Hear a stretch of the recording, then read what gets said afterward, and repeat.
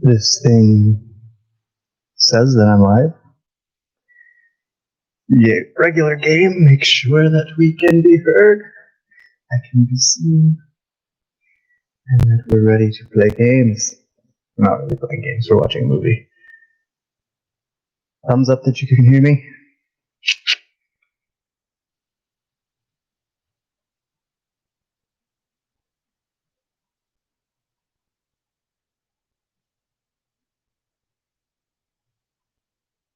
Sounds good. Yay!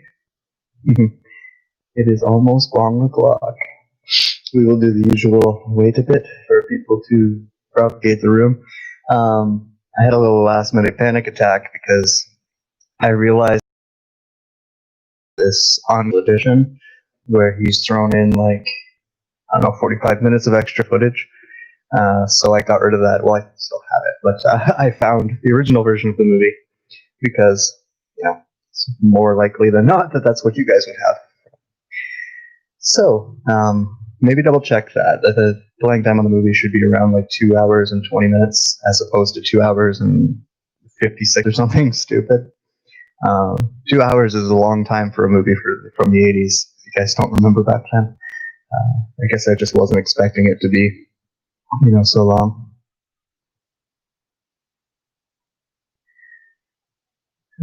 Yeah, but it's a very good movie made by our dear friend James Cameron.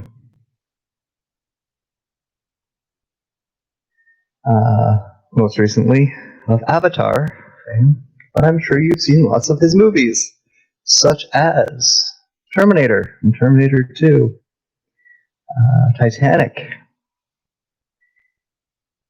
and lots of other ones, including Aliens, and this one, Beavis.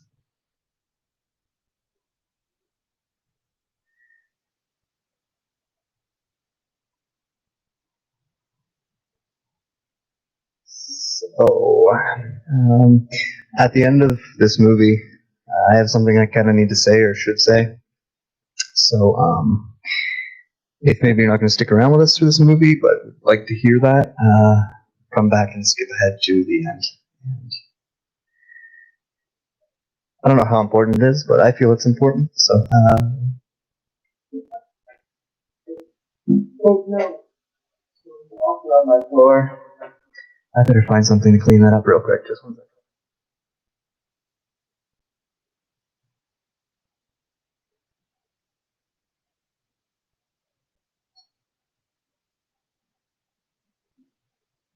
Silly me.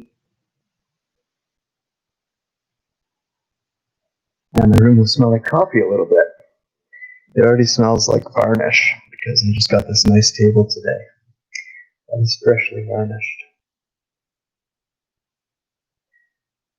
Let me show you.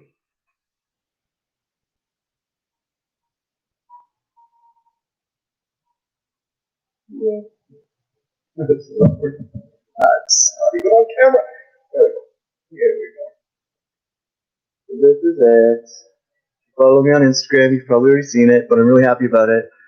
A good friend of mine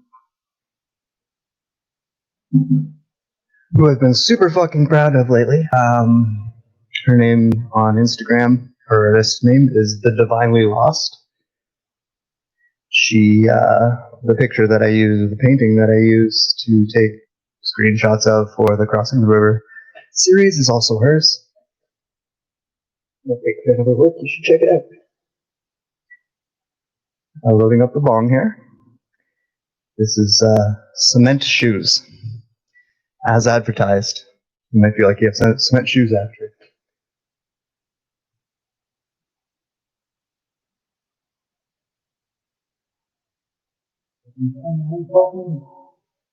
There we go. So this is a 20th Century Fox movie. That logo kind of fades in. I caught it like pretty much right as soon as it was fading in. I'll show you like we usually do shortly.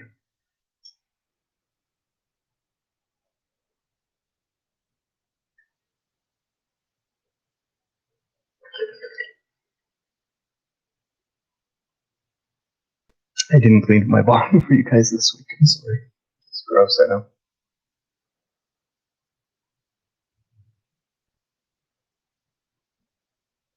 Thank you. Sorry you can't watch with us. But hi.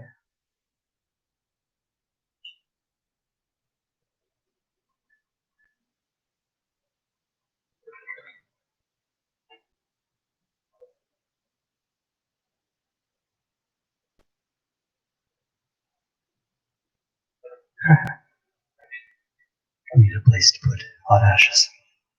So this movie is shot underwater. And going back to that period of time, a lot of people didn't know that we did these things, that we had these type of contraptions underwater. The one that they're showing is like a mining one, but the way the media was in the 80s, not a lot of people knew, and so there was a series of movies that kind of came out, this and Leviathan, a few other ones, that showed you the fact that there are some pretty cool technologies for existing at the bottom of the ocean. And this particular movie shows a little bit more. A lot of the programs, or I shouldn't say a lot, but there's programs that are involving this type of stuff that some of you may recognize as well. I'm trying not to say too much until it actually pops up on the movie. But I've been watching a lot of movies from the 80s recently because I realized that they used to make good movies back in the 80s. They kind of stopped probably around 1999. My roommate actually ran me through this exercise where he showed me a list of all the movies that came out in 1999. It was like all of just about, like I think he started reading through up to like G, and like most of them were awesome movies. But then like these years, it's like, when's the last time a good movie even came out? So anyways, there's my little movie rant.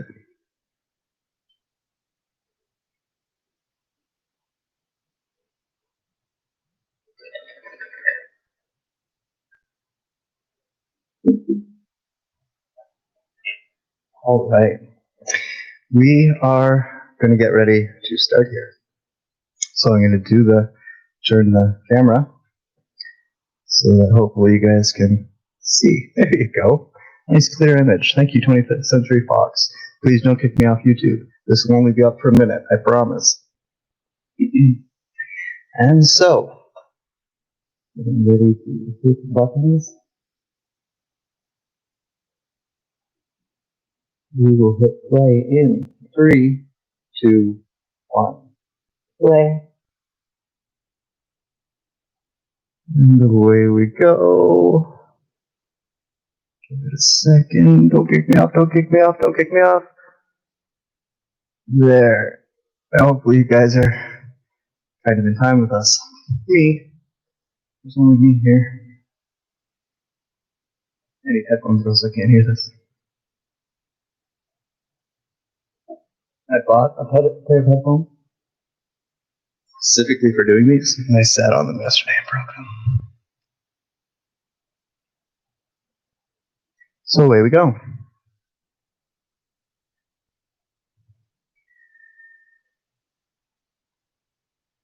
So, a lot of people have heard about the Nephilim. A lot of talk about the Nephilim, but not a lot of talk about Raelium or Ephraim. More or less, they showed up here at the same time, and one was land dwelling and one was water dwelling.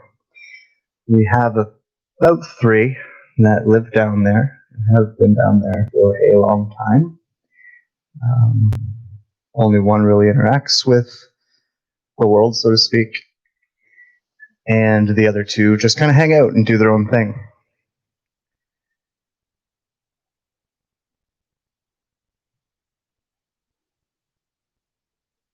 I don't know what's going on with my sound here, but I'm not hearing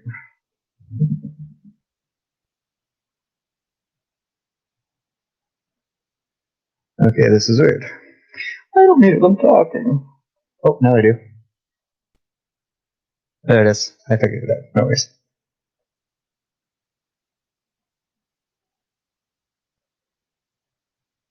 Aha.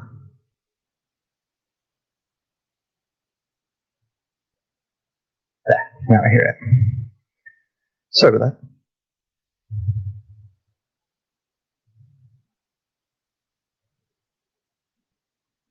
So we've all heard about UFOs. One issue of that is underwater flying object. People have been reporting seeing them for centuries now. And a lot of the stuff that we do see comes from underwater as opposed to outer space. We hide a lot of our own stuff underwater as well. Imagine if you look at the map of the planet, like there's a lot of water, a lot of places to hide things.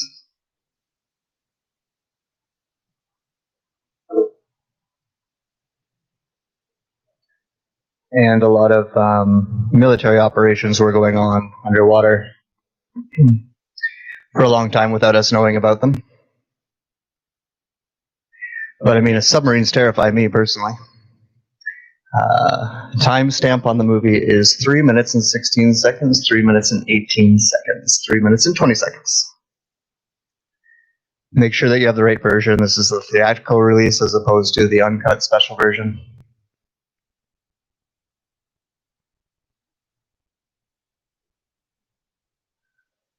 So a lot of why they were advancing submarine technology and stuff like that so much and trying to figure out how to get to the bottom of the ocean is because they started seeing things in the water that they couldn't explain and things flying out of the water that they couldn't explain, and they couldn't chase them deep enough to actually find them. So this movie shows you a couple different technologies that they invented to get down there.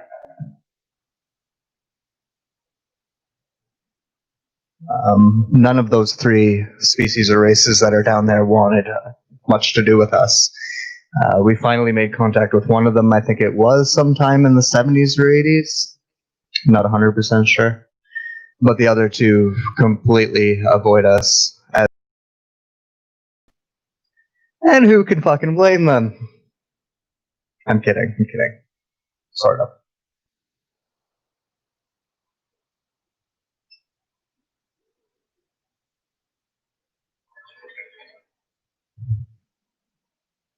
And I don't know about you, but the idea of that happening is terrifying to me. There's a lot of reasons why I avoid the ocean. I think the Kraken will get me.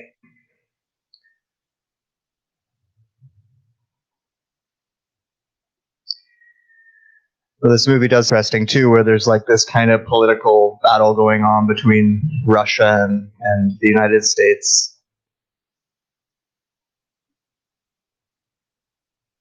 It's kind of like as James Cameron likes to do with his movies, kind of like the humanitarian message that he put in. I'm sure most of you have seen Avatar, so you can, the message there is pretty fucking clear. With this one, it gets really clear as well near the end. But that theme, or what he's trying to portray, is again part of the reason why I picked the movie, because it's a nice one.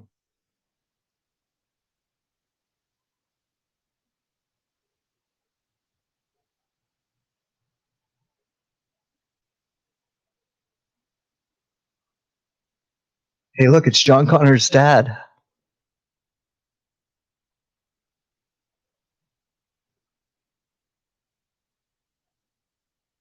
She doesn't look very happy.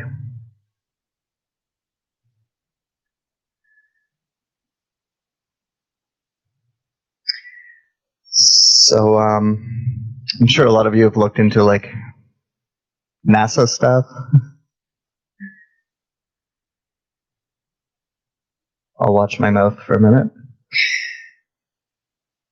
But you're going to see some stuff that, kind of looks like it may have one day become space pictures. And I found it rather odd, the similarities between some of the equipment in this movie and Space Force and SpaceX.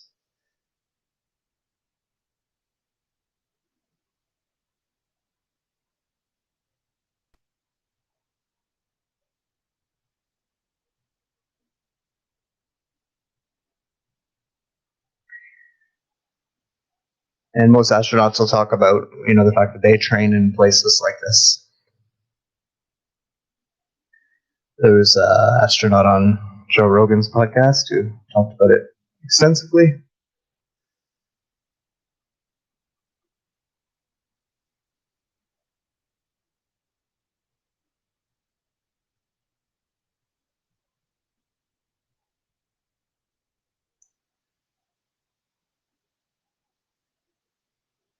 The kind of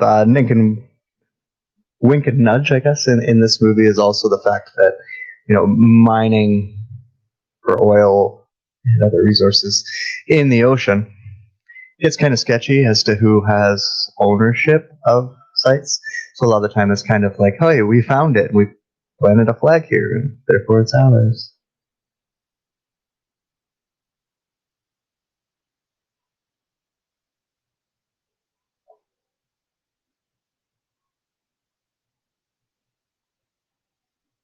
Obviously, a nuclear submarine going missing is bad news.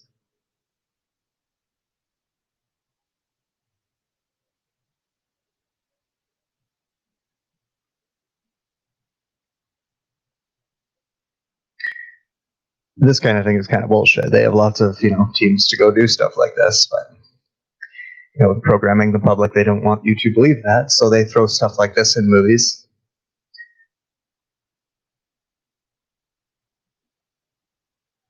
to keep what they can actually do a little hidden.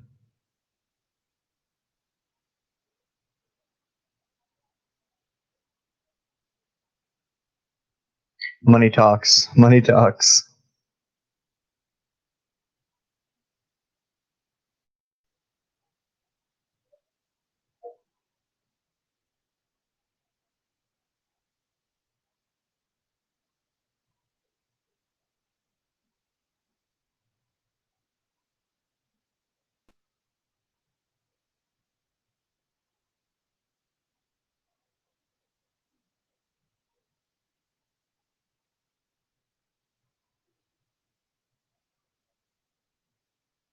Now there's a leader for you.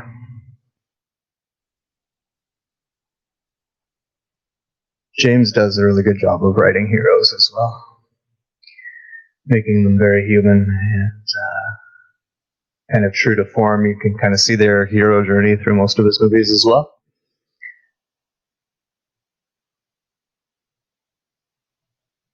There you go, James. I'm complimenting you. Don't get mad. Please don't pull it out my video.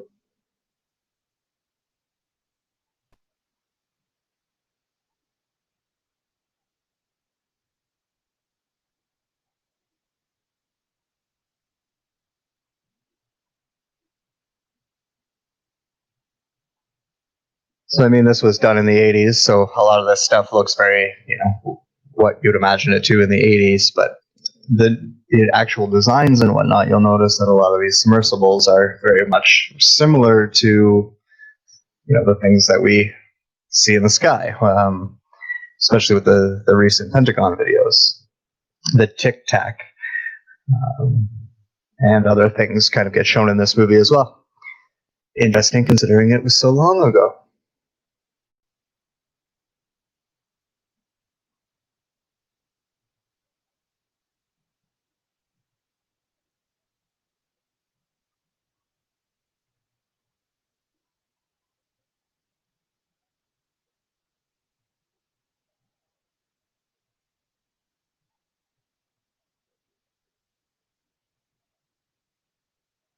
See, they're just testing this stuff in the movie. That's the way it works on the psyche of people, and that's why they don't believe you when you tell them they've got highly advanced technology. Because they show you state-of-the-art stuff in movies.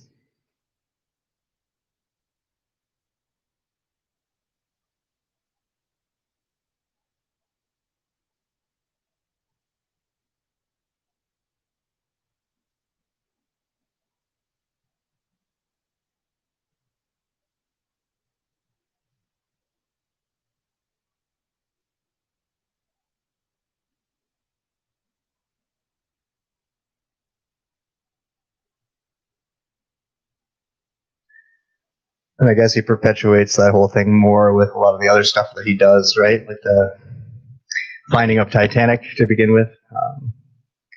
Pretty sure he just filmed some type of movie just about the ocean. And of course, this convinces the public.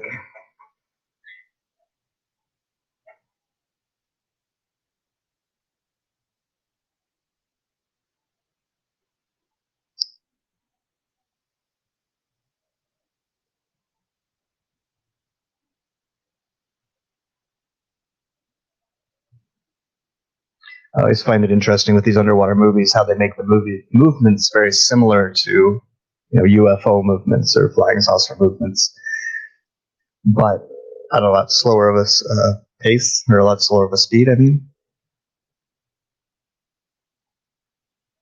you can see how they kind of operate on the same principles.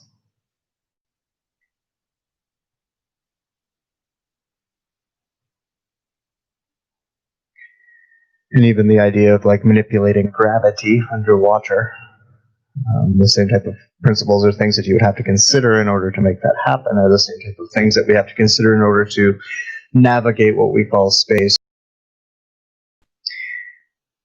And because a lot of that's not possible, that's why we use a lot of portals and stuff. I shouldn't say not possible, very difficult.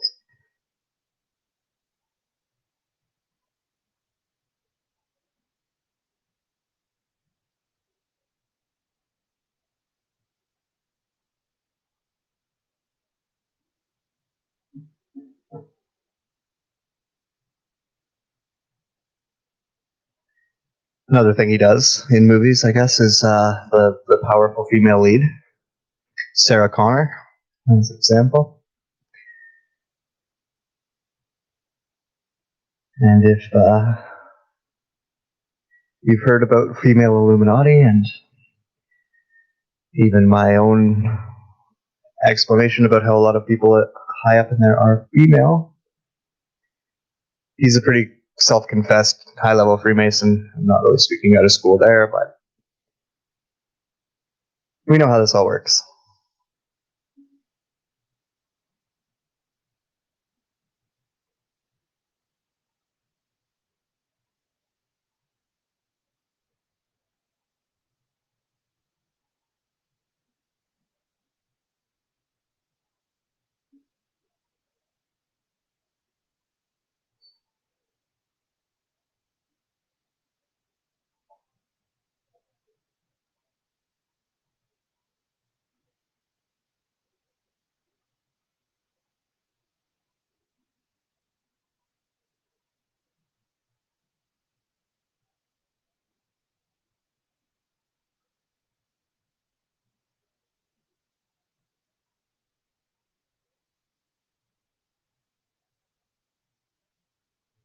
Moon pools. That's a fun name, isn't it?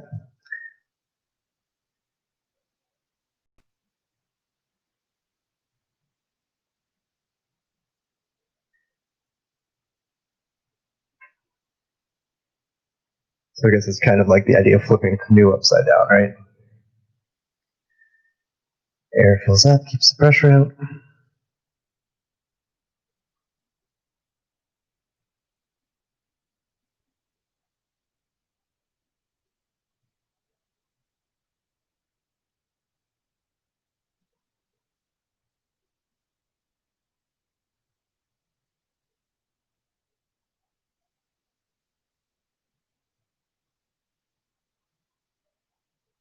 Something that's kind of fun to do is going on YouTube and looking at videos of cool creatures that these oil rigs see, because they've got cameras around them all the time, especially now, and like things will cross those cameras.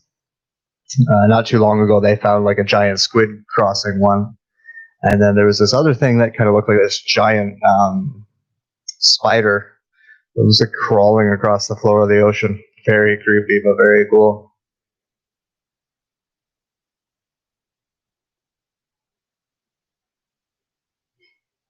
The imagination would run wild of what it must be like to be in, the bottom of the ocean and see all these things that we didn't even know existed.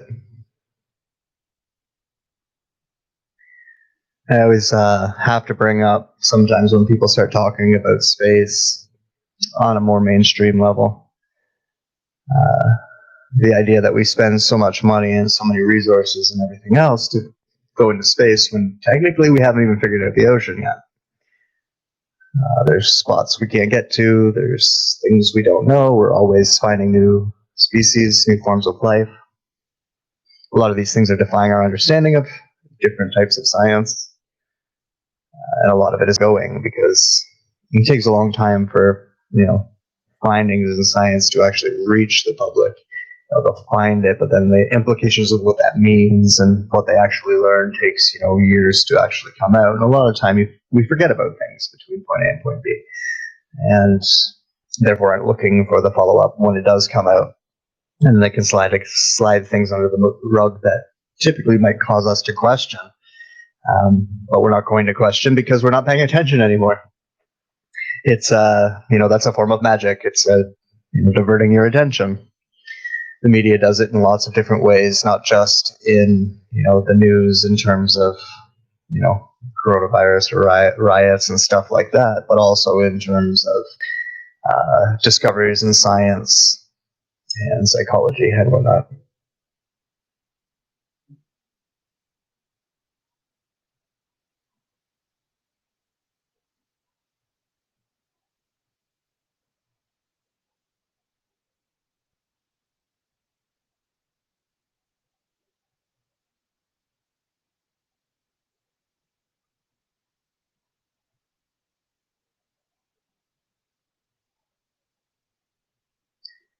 Oh, the chain of command. Isn't that always fun?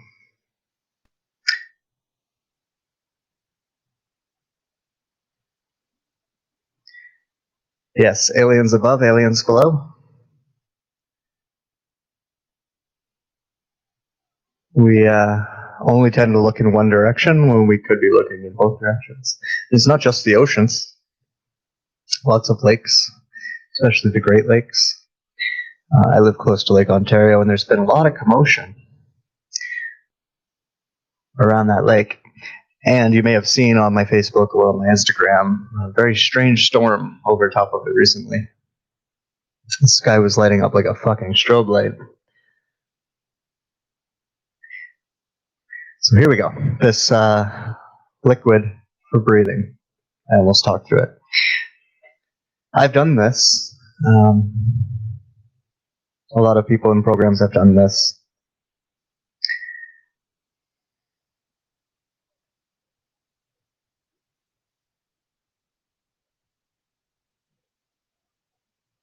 Our lungs absorb oxygen and process it. And if that oxygen is rich in whatever is in our lungs, then we can do so effectively enough to survive. So they learned how to hyperoxygenate fluid, which is kind of more like a plasma than a water, that you can draw into your lungs and breathe. And like he says, it's harder to breathe. It's harder for your lungs to push it in. And when they were first experimenting with it, it didn't last for very long, but they got a lot better at it. And this is a lot more practical than providing oxygen tanks at deep levels, deep depths, because science, I don't know how to explain, your lungs will implode and collapse if they are not full of something to hold them up. So that fluid keeps them like that so that you can go down that deep without dying.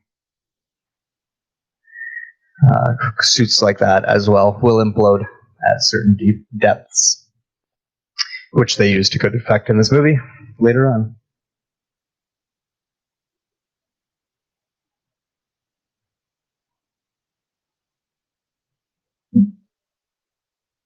And I've talked before about programs involving water and how they would kind of wake us up by making us stay underwater for long periods of time.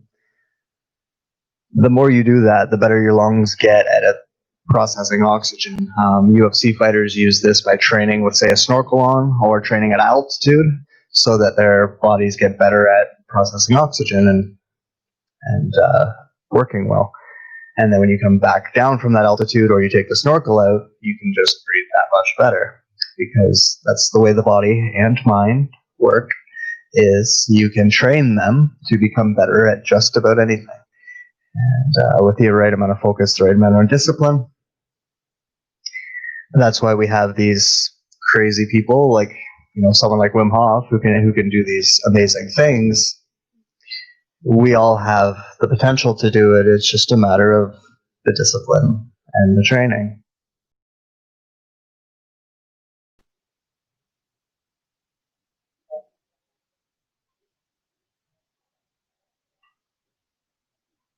And so just doing things like, holding your breath for long periods of time teaches your body to process oxygen more slowly and more efficiently.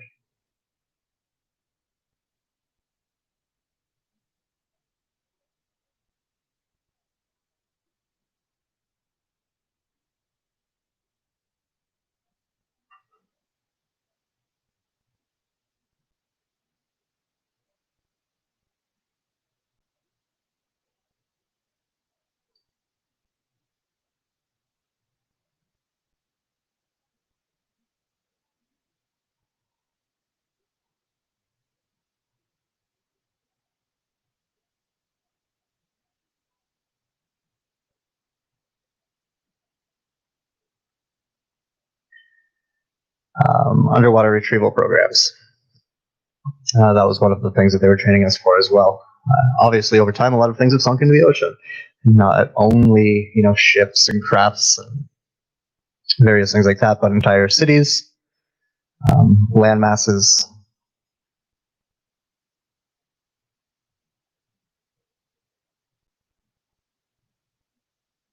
And a lot of other artifacts obviously went down with these sinking land masses.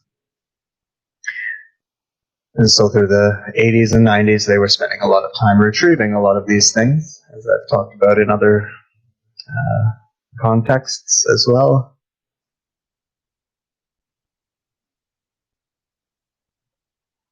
So some of this may look familiar to some of you.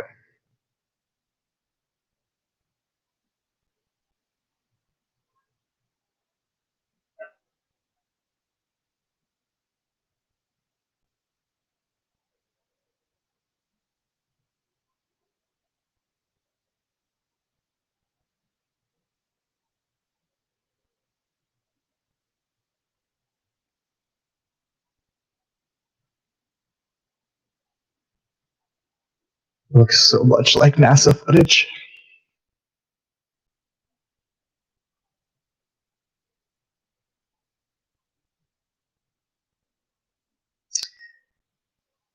Does copper blood sense oxygen underwater better? I'm not sure. I think so. I don't know anything about that, to be honest.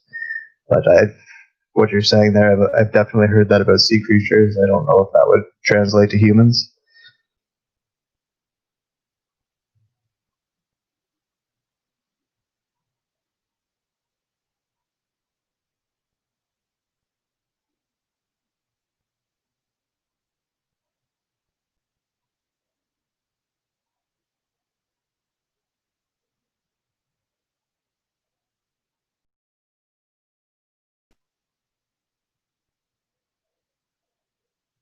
I almost thought I saw NASA written on the back of his pack there, actually. Probably filled in that with my mind. Because I want to make fun so bad, but I won't. I'll play nice.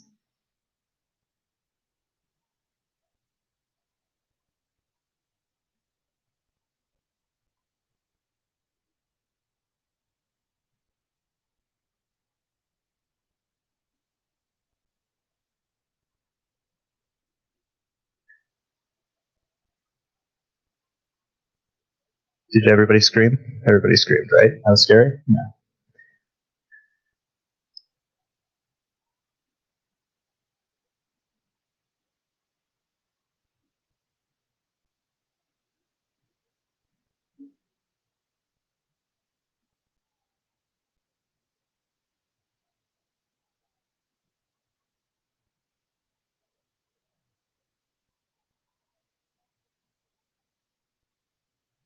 Hey, look, it's a flat Earth map.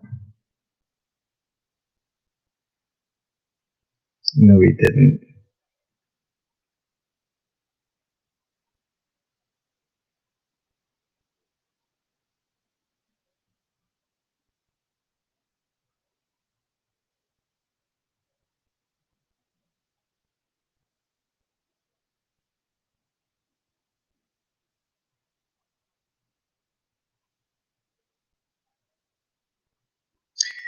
You find out really quickly when you're in a suit like that or something that restricts your breathing just how much your mood and your emotions affect your breathing and your heart rate. Type of training we would have to do is like be actually like kind of triggered or instigated in various ways and maintain the same heart rate. The same thing as an athlete training in order to lower the heart rate for recovery. Timestamp on the movie is 28 minutes and 28 seconds. 28 minutes and 30 seconds.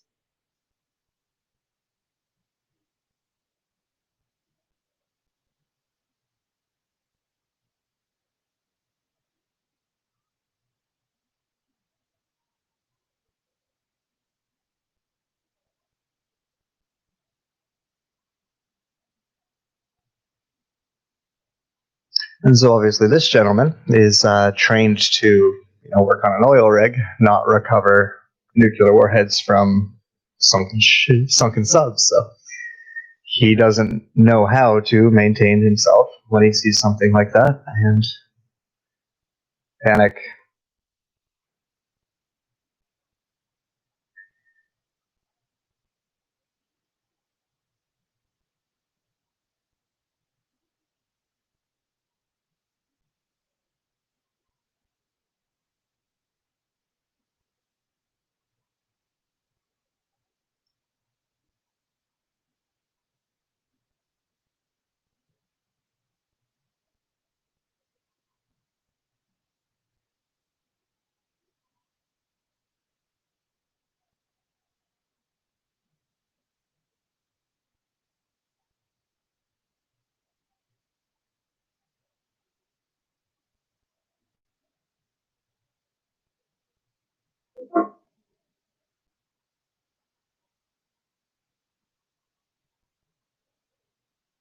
Does anybody else feel like they're in Darth Vader's suit right now?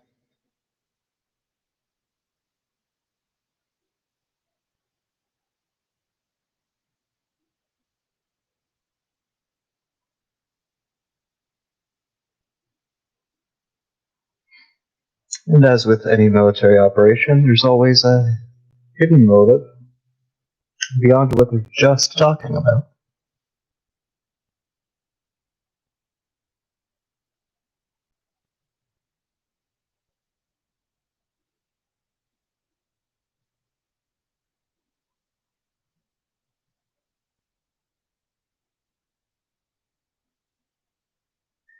Here we go.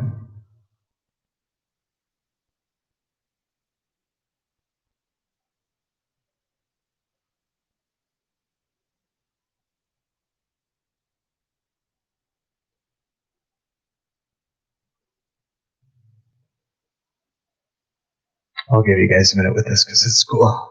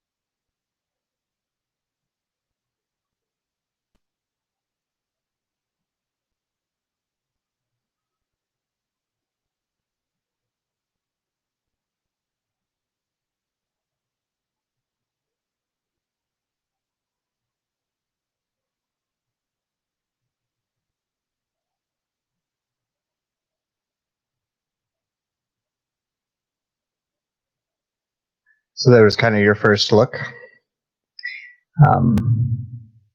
This was before they started finding all of these different bioluminescent creatures at the bottom of the ocean. Now we see lots of them. And, I think that's kind of a, what would you call that, a soft disclosure by the fact that they let us know about those things. But the one race species that this movie is kind of focused on are bioluminescent, like that.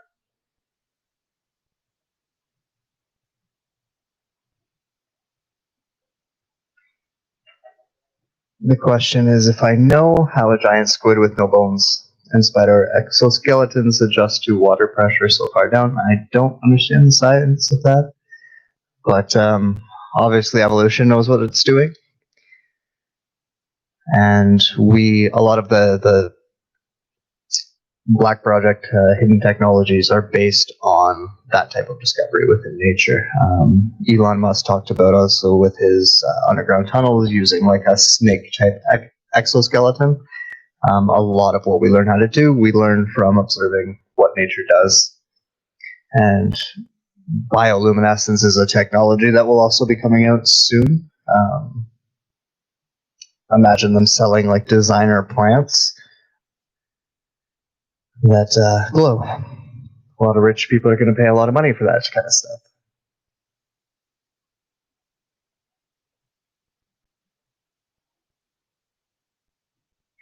I believe the way that that type of thing works is based on chemicals, the bioluminescence, interactions of different chemicals.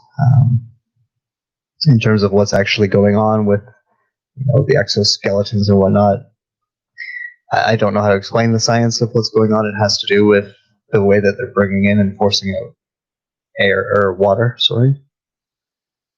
keeping themselves pressurized. They're therefore at the same pressure as the water.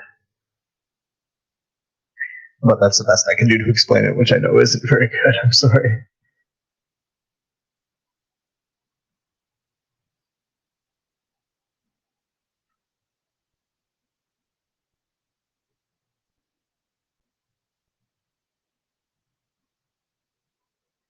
Hallucinated.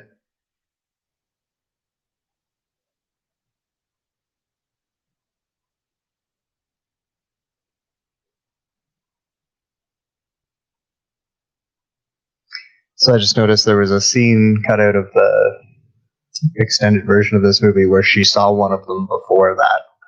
She was out in the water and near the ledge that they're close to, and one had come up behind her, so she had actually seen one in the original, I guess, in the director's cut of the movie by the time she said that to him.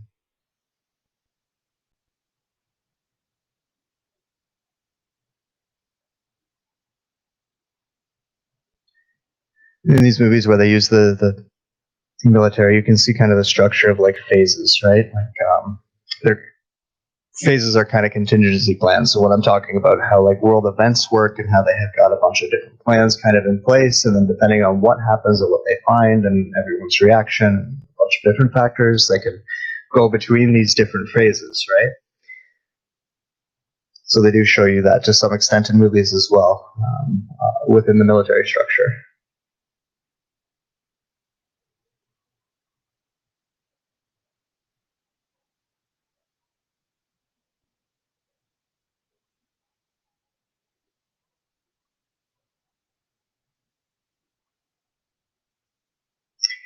And there's the political leanings and setting that up.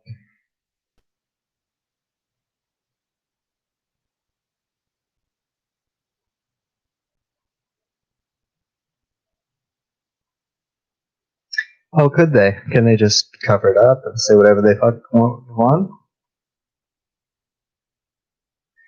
Yes, they can. And yes, they do. Especially back then in the 80s. Everything is a conspiracy.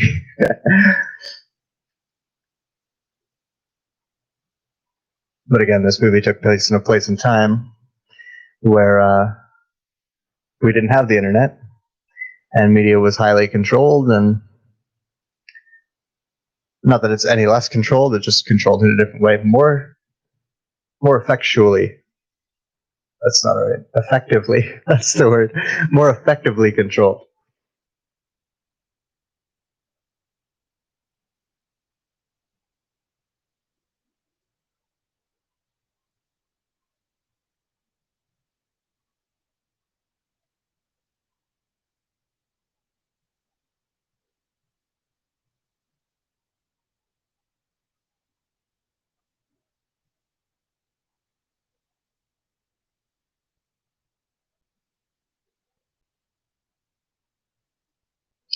Oh, is the military operation putting everyone's life in danger and the whole other part of it in danger? And why would they do that?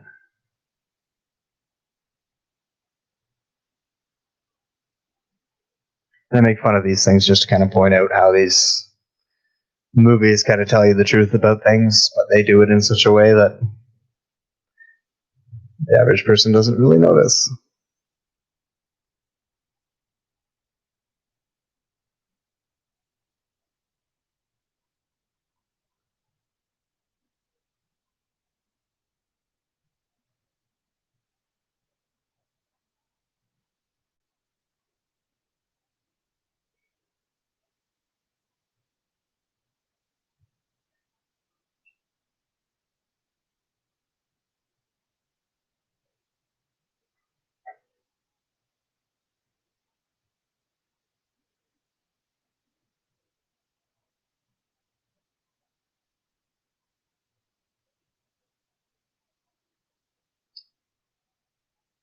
And I didn't point it out while he was shaking there, but the pressure sickness that man has basically will over time start making you extremely paranoid and almost schizophrenic if it's not treated. And sometimes people will go through those experiences and come out with little symptoms on the other side, not noticing that they have the pressure sickness, and then just kind of go out into the world and a little bit later start to go crazy. Not so much anymore because they're pretty on top of that stuff, but back in the day, apparently it used to happen a lot.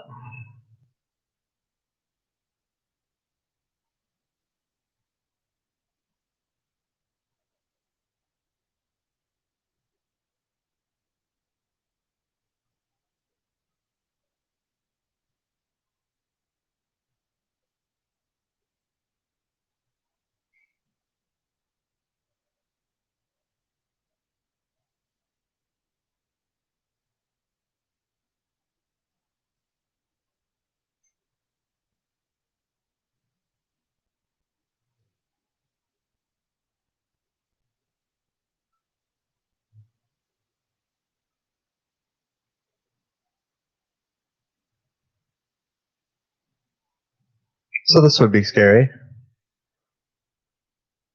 Throw out a timestamp on the movie. Well, we've action 40 minutes and 50 seconds. 40 minutes and 42 seconds.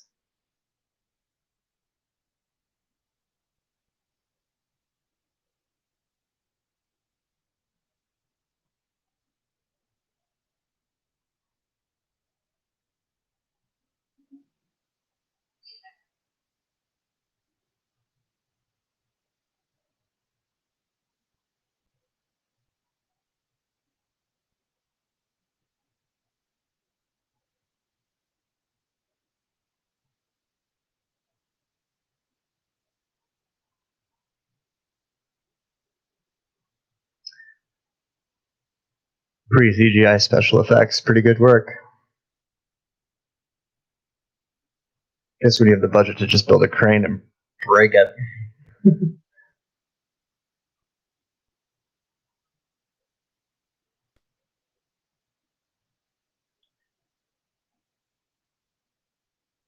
know what? I don't know the treatment for the bends.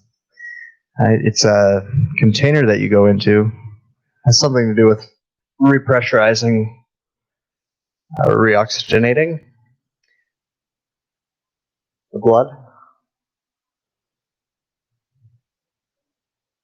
Never had it.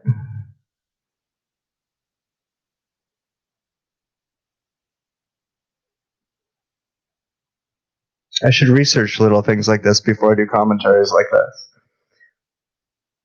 Just so that when you're asking questions like that, I have the answer.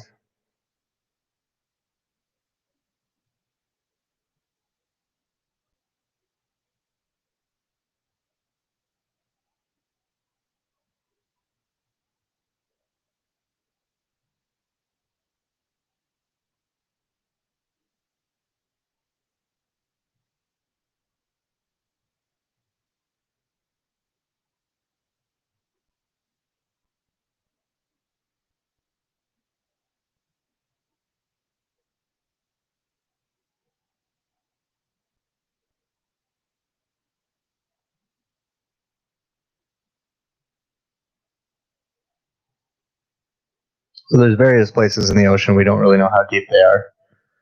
They'll tell you that they're X number deep because that's as deep as they know they are.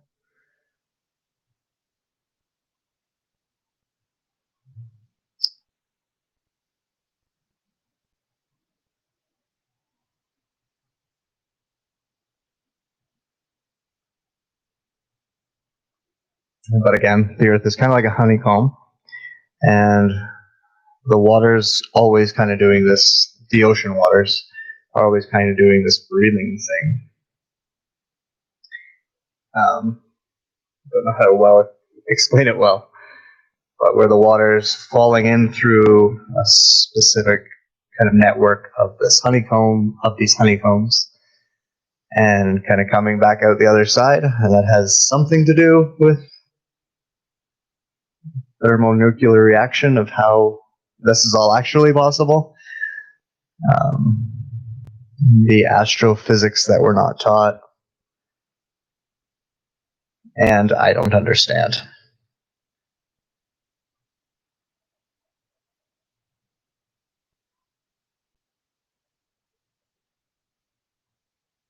But I guess to sum up, clarify what I was talking about there, our understanding of obviously how the Earth is built is incorrect, or in the mainstream world is presented in an incorrect way.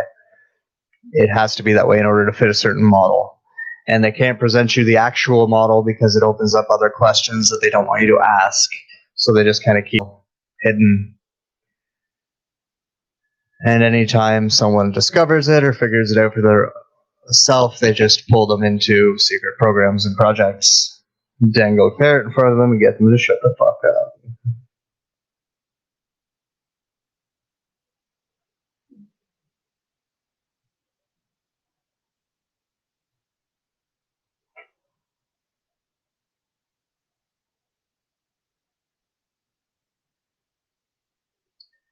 And that's a lot of how the programs find their people too. Is if you imagine like a regular scientist kind of figures out something on his own. Like say it was Tesla. If Tesla were to be born today and started to come up with those discoveries, they would just do what they could to control him. And when they couldn't do that anymore, they would just invite him to be part of them. And if he didn't want to, then they would probably just kill him.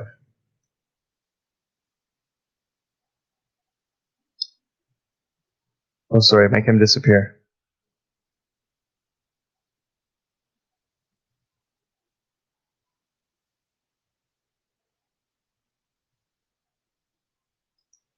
That rat in that baggie is kind of what the government wants us all to be like right now, right?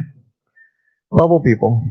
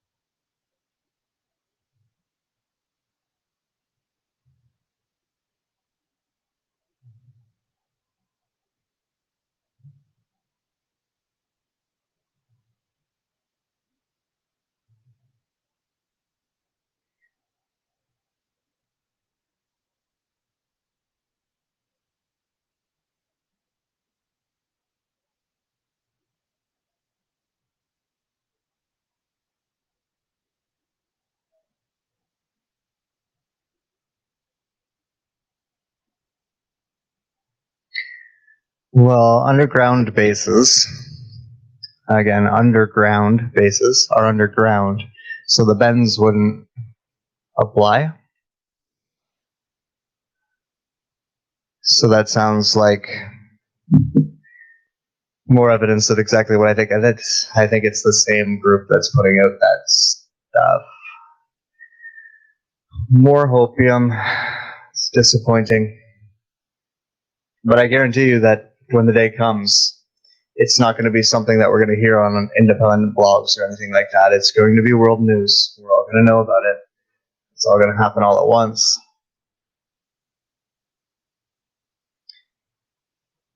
If it manages to happen.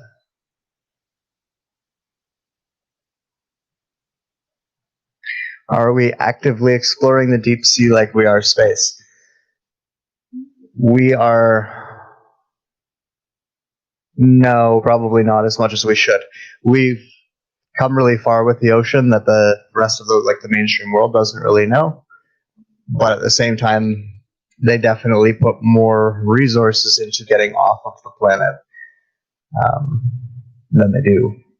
They have a lot more success on the planet and underwater. Throw out a timestamp on the movie. We are at 48 minutes and 49 minutes and 1 second.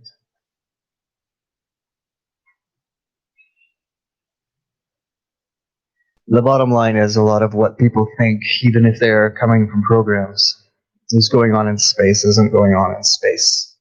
It's going on right here on this planet, either in simulations or underwater. It's a lot of why I picked this movie. Burst a lot of bubbles. But a lot of experiences that people have where they think that they've spent some time out in space. They weren't really in space at all. They were actually underwater. All the same rules would apply, and therefore it would be very hard for them to know that that's not what is actually going on.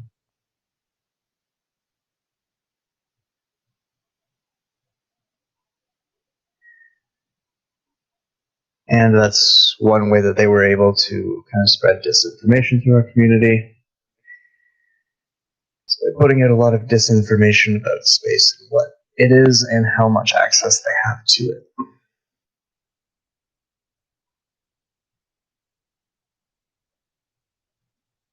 Hate me all you want, but go ahead and prove me wrong.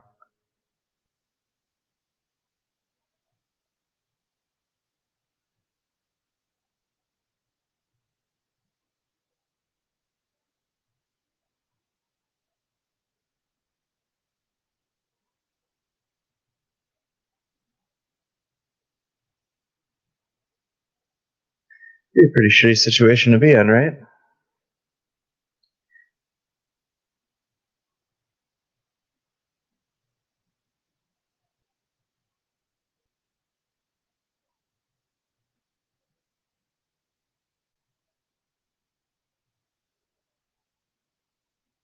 Dun dun dun.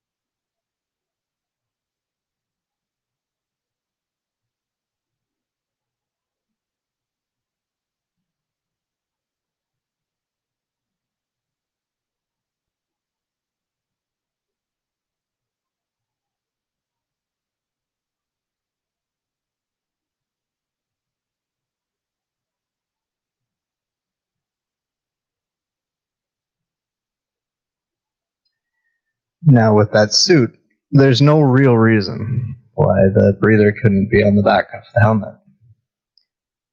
And therefore, if you were walking around in it, you probably wouldn't notice the bubbles.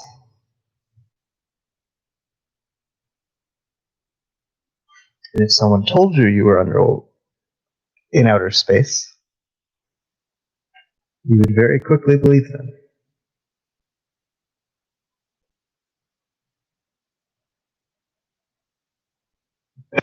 bottom of the ocean, as depicted there, look much different than an alien environment.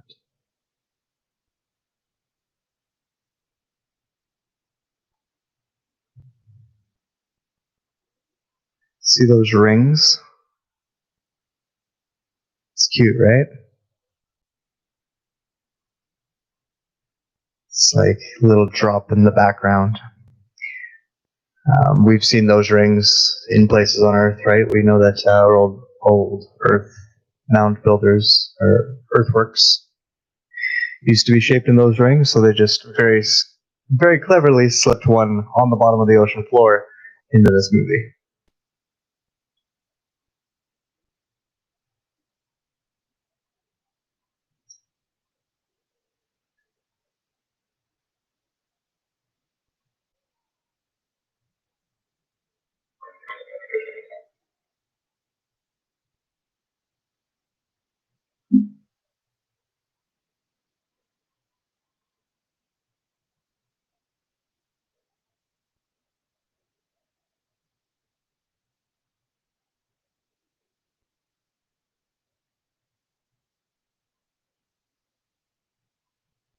Look at the Tic Tac.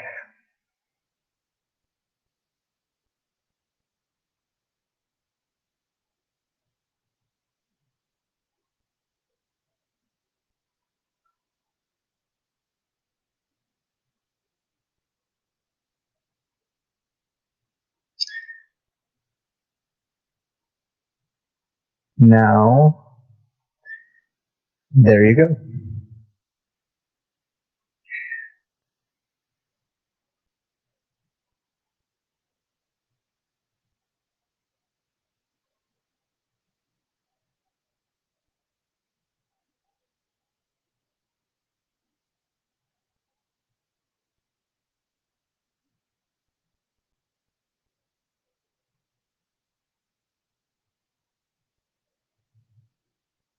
See how it almost looks living? A lot of craft are like that, where it's a type of living technology.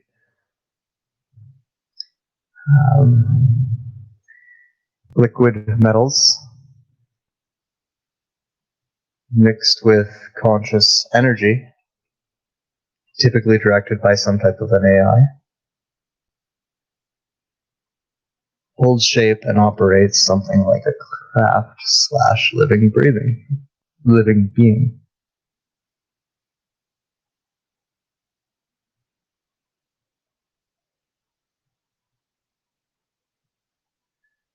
And most actual ETs have technology a lot more similar to this because they are not actually traveling through space. They're portaling in here. And that's why a lot of the stuff that we see that crashes and looks very metallic and very solid is our own, because we haven't figured out how to do this yet very well.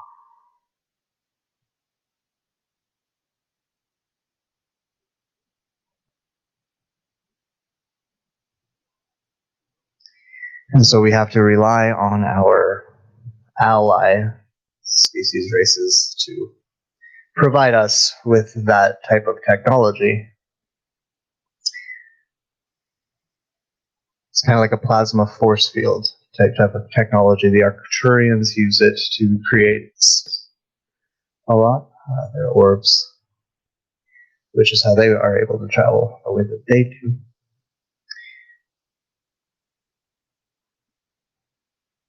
You'll see that the images that they're showing here look a lot like those RODs or rods that came out later, obviously. Like after, when I say later, I mean after this movie had already come out, which was like a simultaneous disclosure / discrediting certain types of ETs. And this is what legitimate UFOs would look like. What I would say legitimate UFOs, I mean the ones that actually don't come from here, would appear like to our technology if we were trying to take pictures of them, because they are made out of the technology we were just talking as opposed to something that is metal-based the way that we would do it. Most species have technology that is beyond that. And that is another thing that supports my assertion, if you will, that a lot of the stuff we hear about in our secret space program world is a lot of bullshit.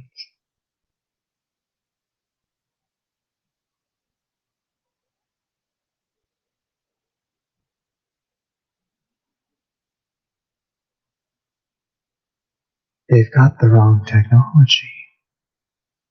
How could they be talking about the real thing?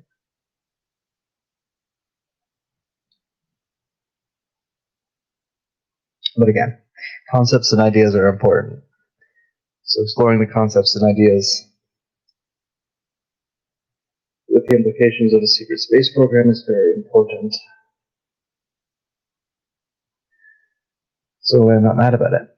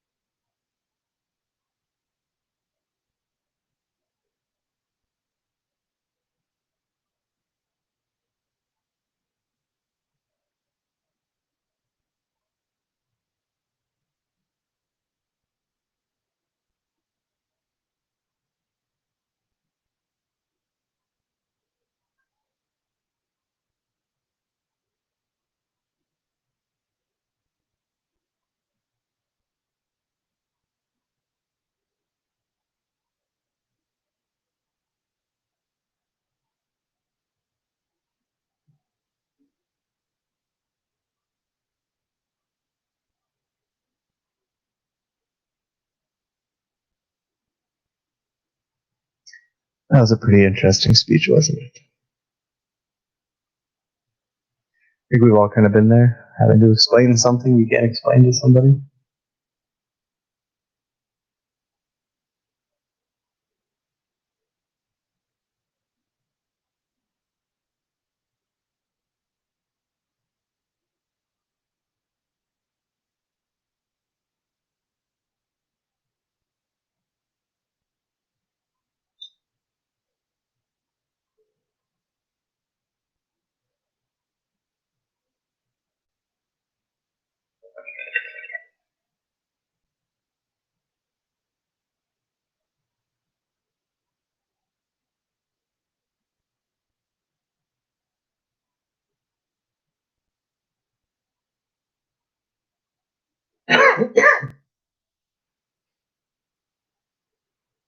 Holy fucking shit, a VHS.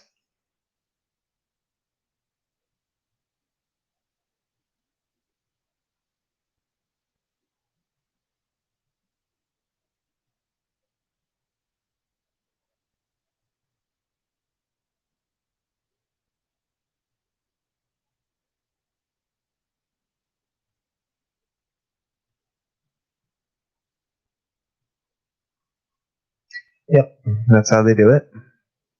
And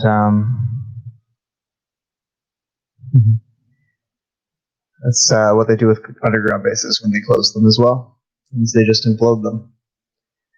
If you find out about one, then they will implode it. If some asshole writes a blog and talks about where one is, they will implode it.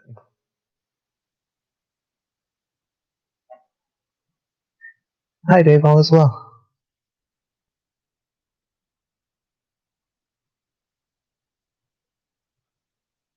Yes, all of the nuts and bolts type ships are definitely ours, and if they crashed, then they're like 99.2% ours.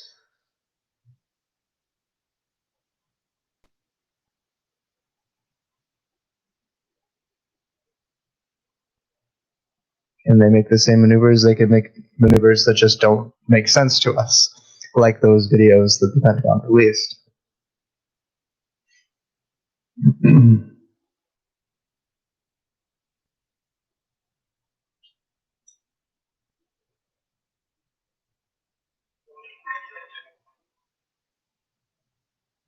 I believe one of the Pentagon videos, or the one that they had on Joe Rogan, was coming in and out of the water as well, which tells you that that type of travel is what is propelling the vehicle or how the vehicle is actually working.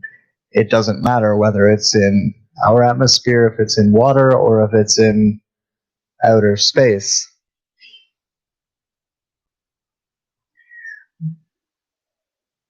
But a lot of the portals are inside stars, such as suns and planets.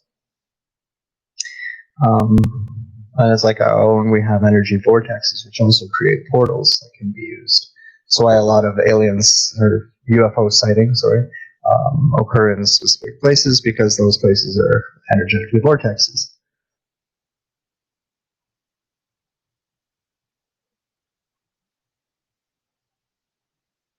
And Stargate technology would work on the same thing, where there's certain energy vortexes and ley lines and meridians and stuff like that on the planet where produce this particular concoction of energy in which you can use it to open a portal. And a Stargate is another type of portal.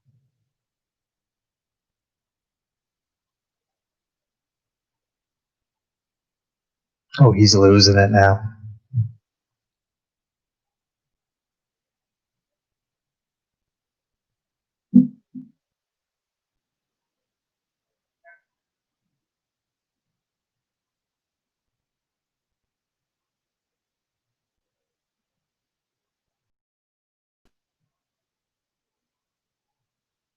Timestamp on the movie is 1 hour, 4 minutes, and no, wait, 1 hour, 4 minutes, and 1 minute and 1 hour and 5 minutes.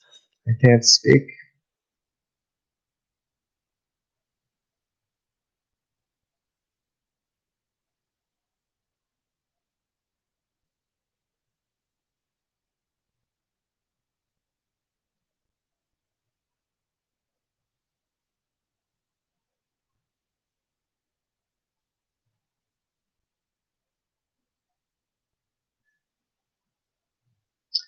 Boop.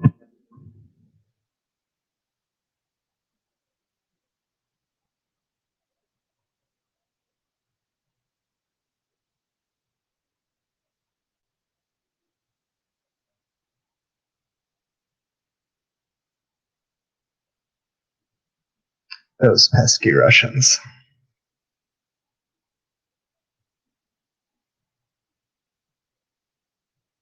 It's like a very popular theme in movies from this time period. Russia versus the States. Obviously, the Cold War and everything. It was real in the world, so it's forever time capsuled into our movies. That'll be fun when somebody writes history. Should they dig us up one day?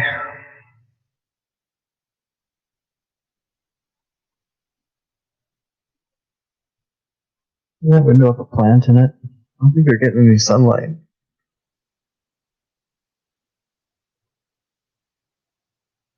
Or are they?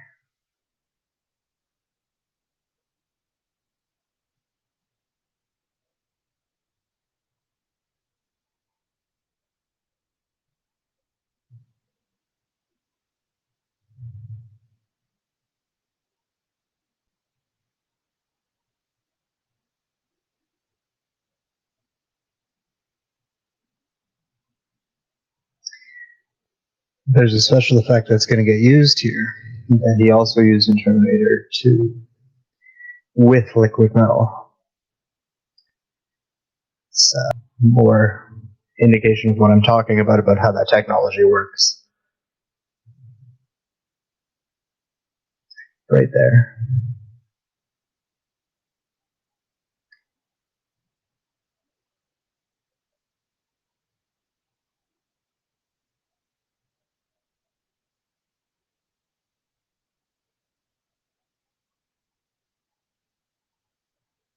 So in this instance, this is a consciousness directing it, like an actual legitimate consciousness directing water, making liquid move. The technology version of that would be having AI become that consciousness that makes it do it for you, and therefore follows your commands. Obviously, the reason you would use AI for that is to not imprison a natural forming consciousness in order to make it do your fucking bidding for you, which has probably been done somewhere. But that is an example of a positive use of AI technology, would be being able to create crafts like that and do things like this.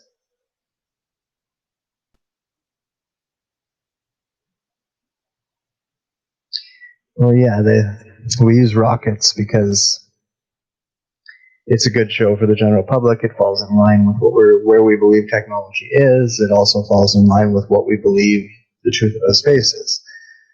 So it really is something they throw ridiculous amounts of money at to perpetuate cover.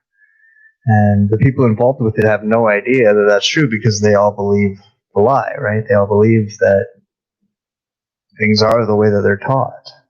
So it's not like they're doing something malicious, like Elon Musk. Maybe I should disclude him, but most of the people who work for him think that they're, doing this. And rocket technology has been really important because of the use of weapons, right, on our planet. So that's a lot of why they are constantly throwing money at it as well, is to make sure that they could arc a missile over to, somewhere else really quickly if that's what they need to do.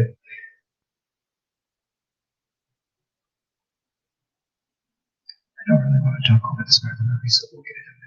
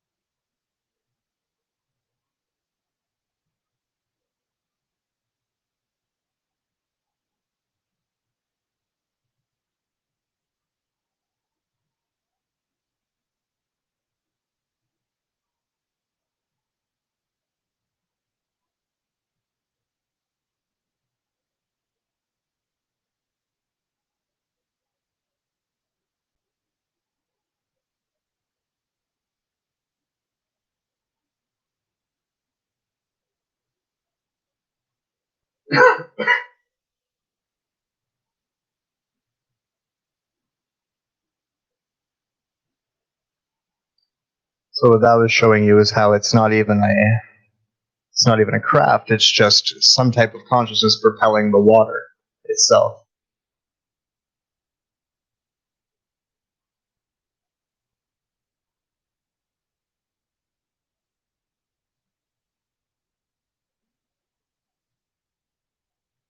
Does Mama support the other races that are in our deep sea? Yes. Yes, I'd say overall, yes.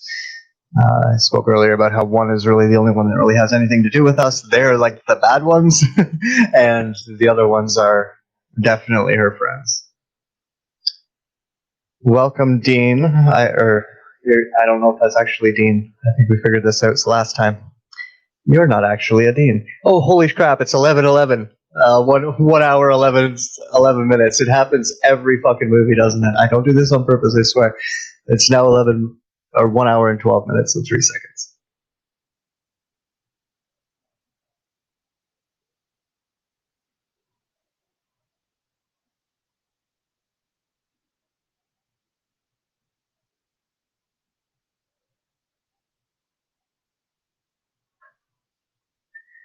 One of the groups that are down there are what we call mer people.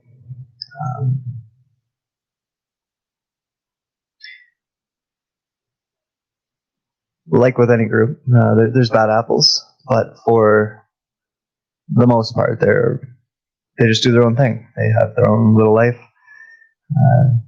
own little civilization. They leave us alone. Sometimes they get curious, like Ariel in The Little Mermaid. Um, Pun intended, or like I'm using that example for a reason. But for the most part, they would leave us alone.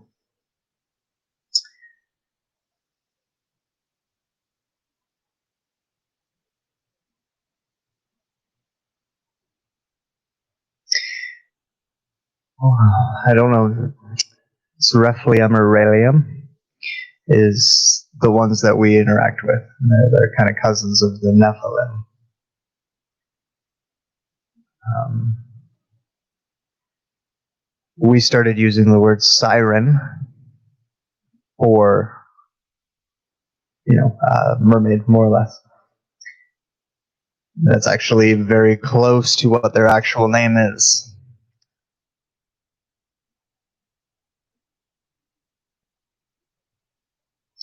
Trying to be careful. I'll explain at the end of the movie why.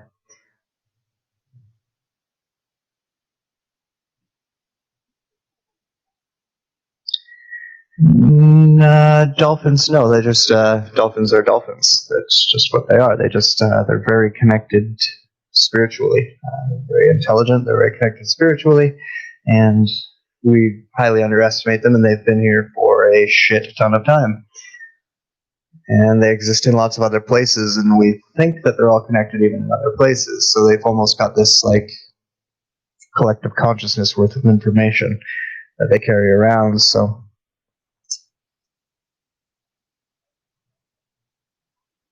that's why they tend to get kind of involved, if you will.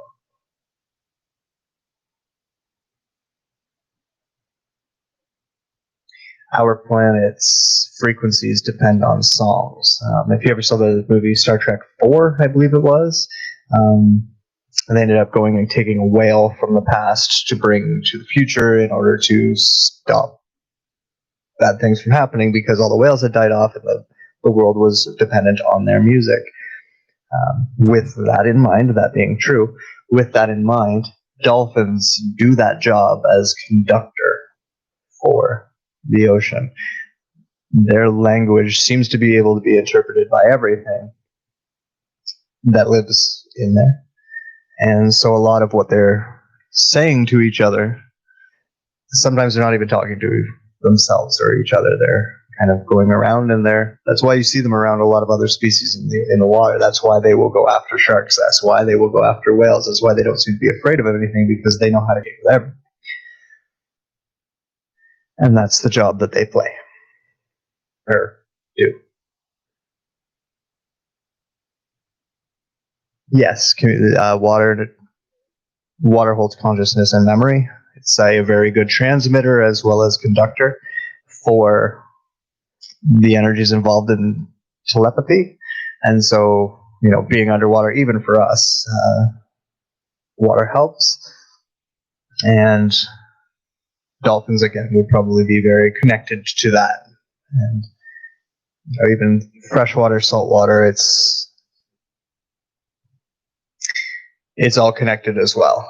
And again, it goes all the way through our planet, and therefore it's connected to the whole planet. Roots of trees are also connected to the water, right? And therefore they're connected as well. So it's a network that is kind of all inclusive all over the planet. And that's why Mom is so smart, because she knows everything that's going on. I don't think I missed anything in the movie. I'm sorry.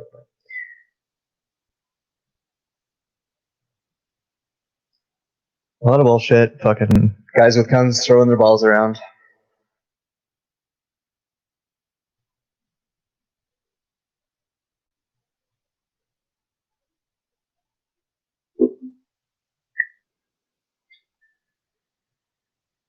So obviously, the conflict here is they want to go blow up that sub with all of the nuclear warheads in it, which is going to make a mess. But they've just figured out that there's alien life down there, and obviously they don't.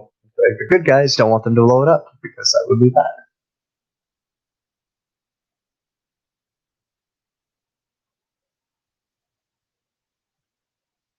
I don't know if there's any background noise because of the headphones. If there is, We were having a protest at our house today.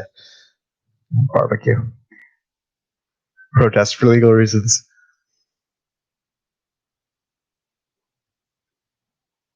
So there may be some background noise.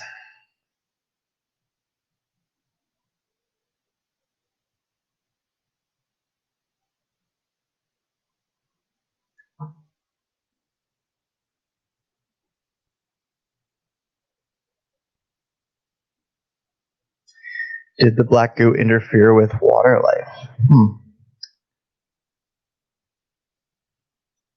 In some ways, yes.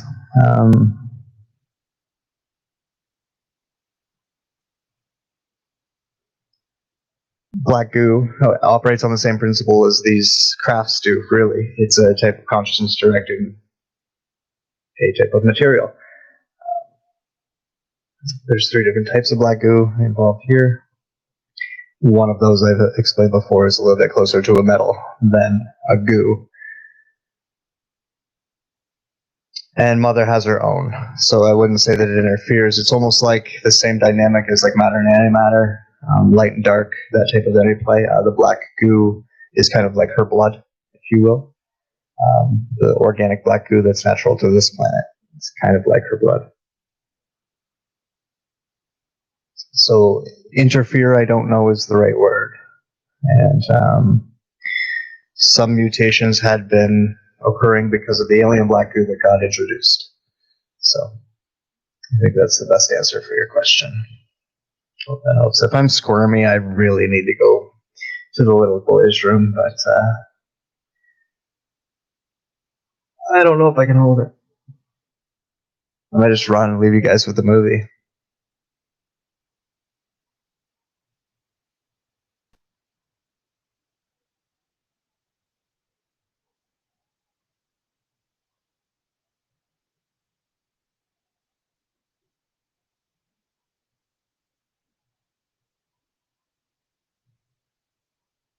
You know what? This might actually be a good time.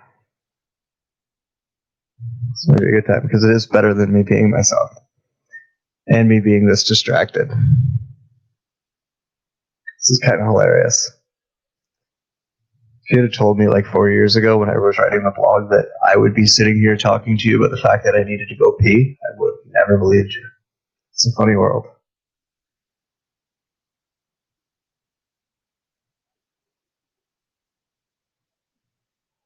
It's all the water talk, right? They're fucking underwater and it's like in my ears. It's not helping. Been changing my coffee habits. So I've been drinking coconut water most of the day and just water. And then I had a coffee now, so I think the diuretic. All right. You guys will be okay. I'm gonna go. I'll throw out a timestamp right before I leave. Where are we at? We're at 1 hour, 21 minutes, and 6 seconds. And I will be right back. Have fun.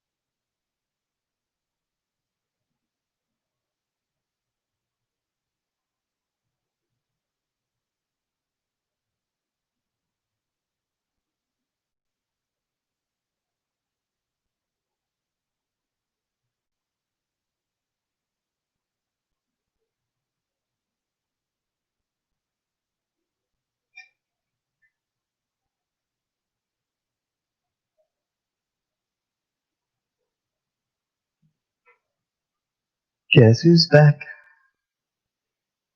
Again. Shane's back. Alright. Thanks for letting me do that, guys. I appreciate it.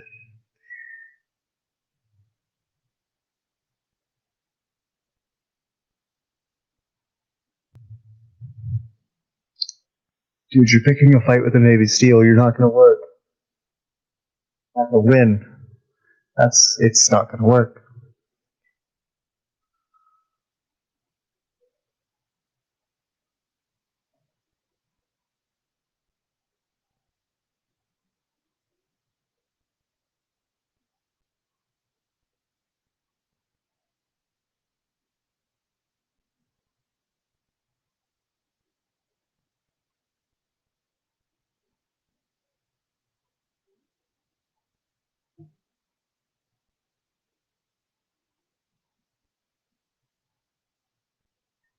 Movies are really bad for men because we see these fight scenes and it makes us believe that like somehow we can get hit 200 times and still be okay. It's not true. Not true.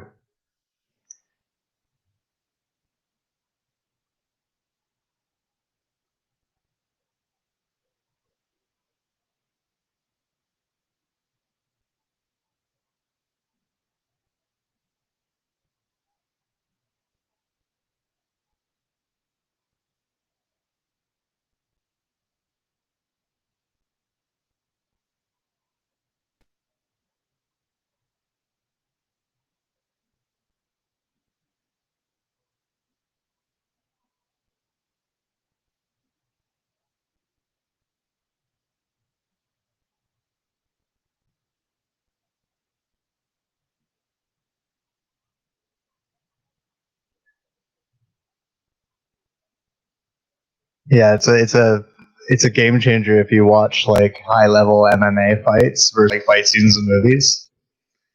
It's just not how it goes. That's a little bit closer to how it goes. But I mean, knocking a guy clear off his feet like that, probably not as likely. But he probably wouldn't have gotten up from that punch if it was reality. Anyways, questions here. Have I communicated with any sea-dwelling races? Yes, all three.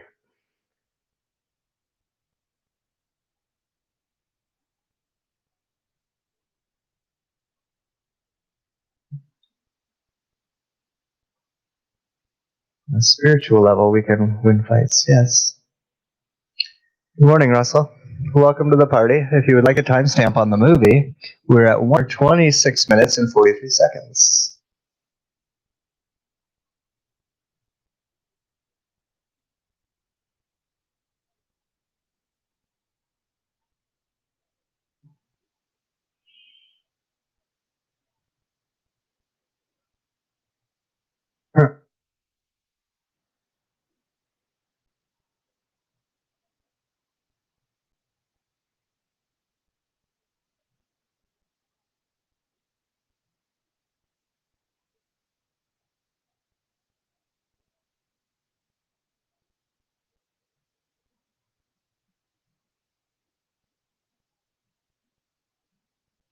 So the next several minutes of this is going to just be James Cameron flexing, because that's what James Cameron does.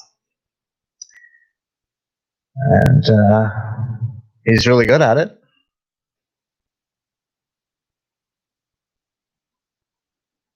Apparently, he's making Avatar movies for the rest of his life.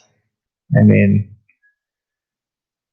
I was looking the other day, and there's supposed to be like fucking 6 parts to that fucking thing when it's all done. Obviously, I think that's changed because of COVID.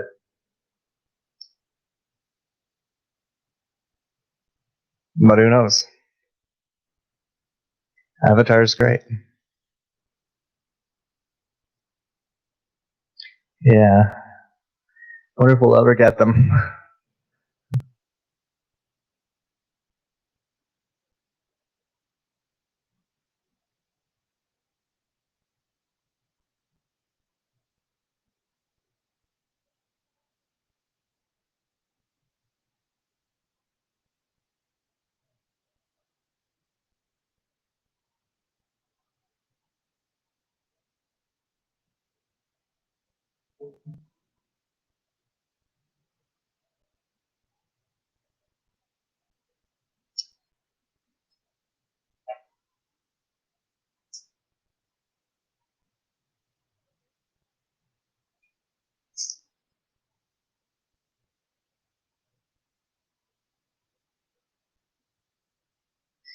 I was talking about the James Cameron movie Avatar with the blue people, the Navi.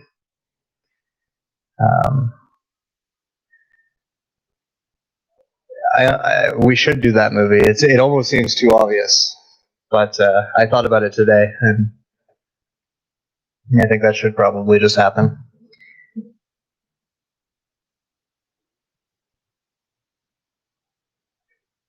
I don't want to do Terminator, but I feel like I want to skip the first one and go straight to Terminator 2. I can never make up my mind.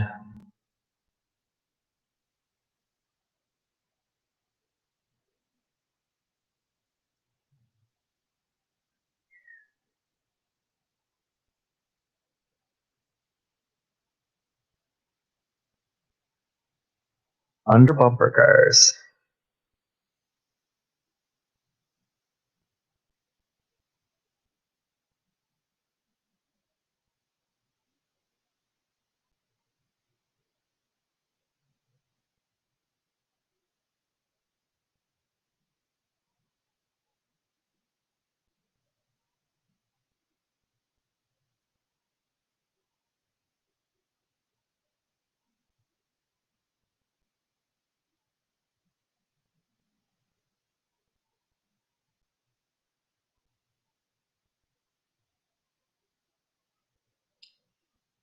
Return of the Aquafarians.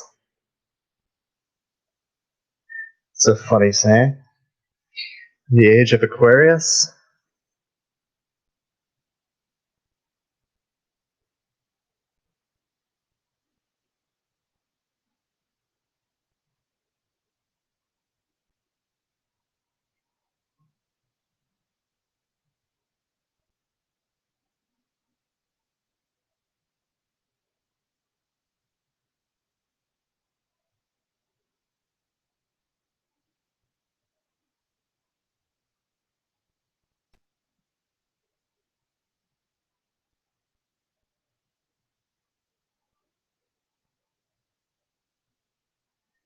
There's no significance to ET anything in these times. There's significance to human stuff during these times. Stop looking outside. Look after yourself. God damn it, people. I'm sorry, I'm kidding.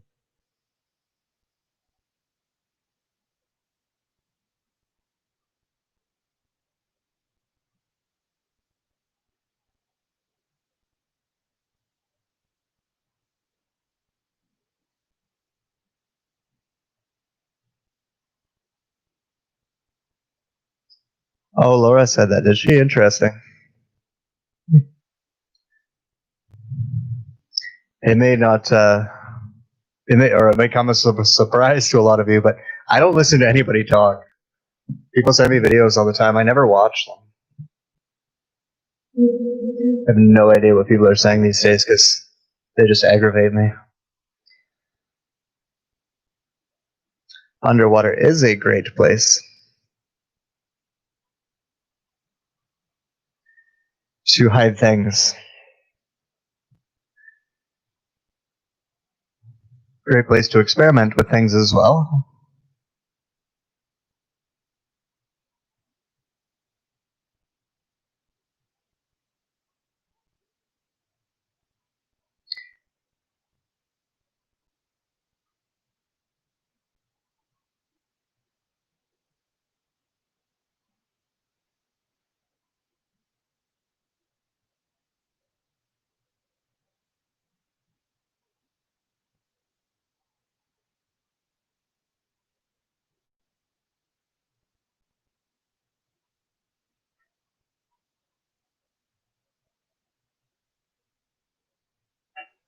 Because it's James Cameron.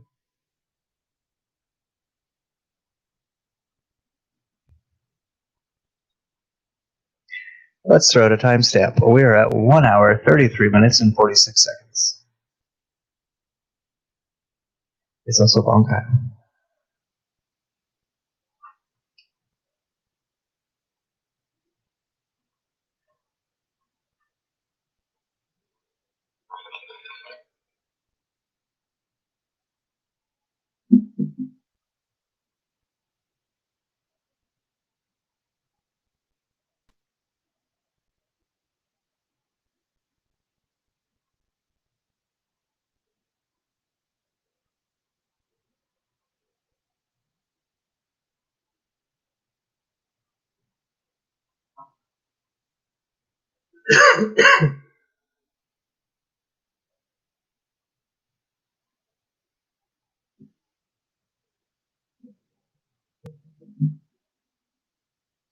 And that moment, he knew he was fucked.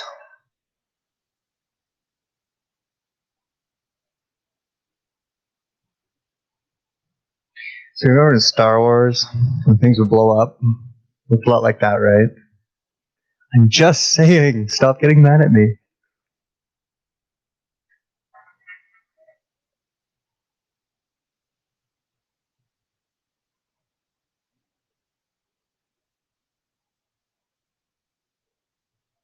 That's a good thing to wonder there, active audience media.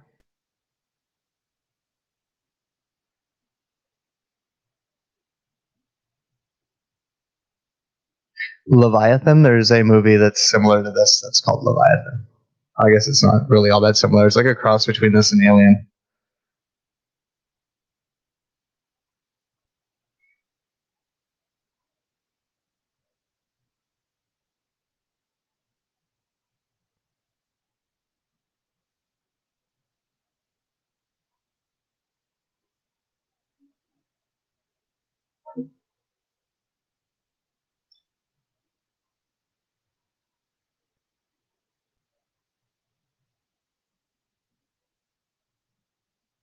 Yeah, Deep Star 6 was another good one. Actually been meaning to rewatch it.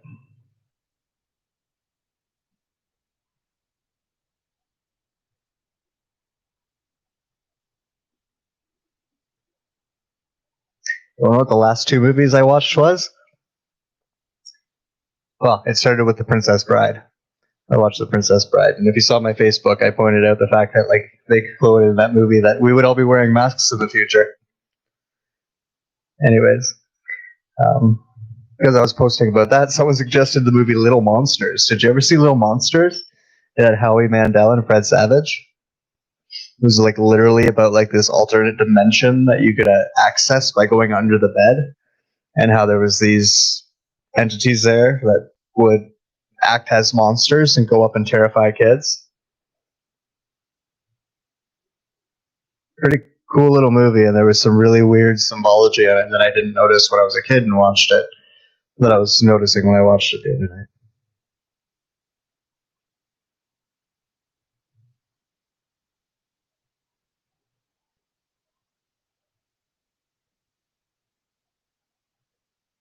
Yeah, this scene is pretty intense in terms of what they're about to do here.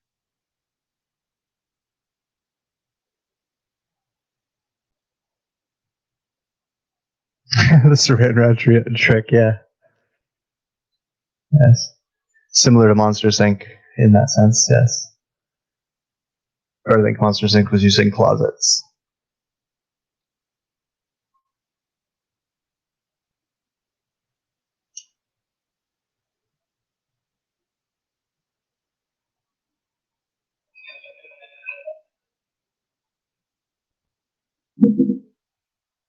I was having a discussion recently with a friend about, do not resuscitate orders in terms of the COVID stuff. Excuse me, I've done CPR training a bunch of times. And basically where I'm going from this is that we give up way too quick a lot of the time when we're trying to resuscitate people in hospitals. When I say we, I mean doctors and emergency care workers. Um, as most of you know, there's a lot more to what's going on with your living body than just its biological functions. And some of its biological functions are being driven by this intangible energy we call spirit and soul. So long as the soul is still present and still wants to get back into the body, it has a very high chance of making that body work better. Obviously, there's times where that's beyond the soul's control, but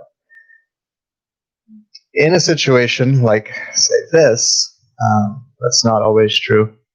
Brain damage is usually what will be the bigger problem than what actually resuscitating the body, which is a lot of why doctors actually have chosen to not resuscitate after specific times, is because the likelihood of brain damage due to the deprivation of oxygen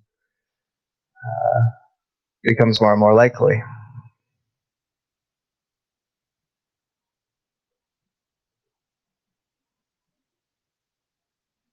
But they're going about this all wrong. What they should have done is immediately he should have just grabbed a hold of her and started fucking swimming with her and let her start actually swallowing and breathing in the water. And he also would have been 3/4 of the way fucking back before she actually died. But instead, let's make this really dramatic. And sorry, just a little rant.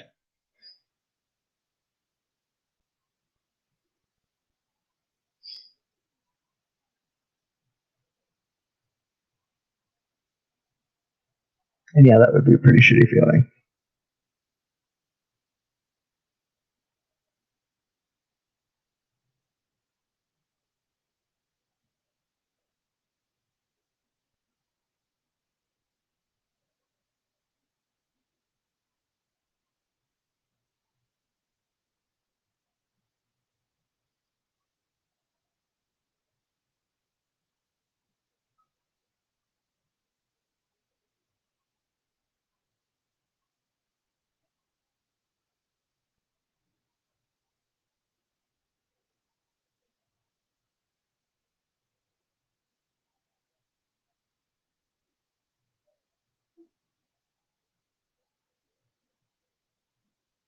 Never give up, especially on yourself.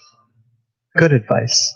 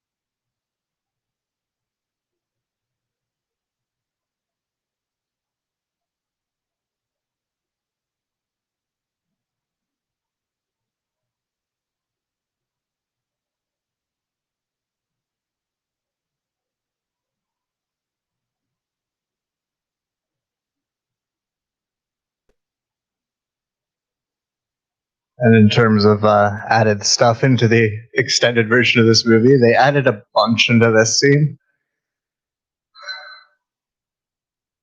Sorry.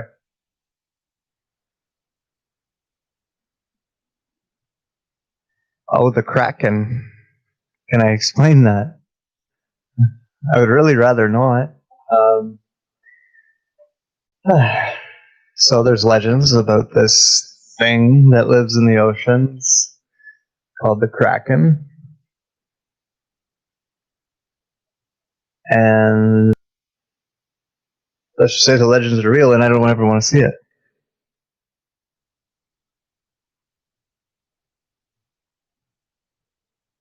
And so I avoid the ocean because my luck, it would wake up and eat me.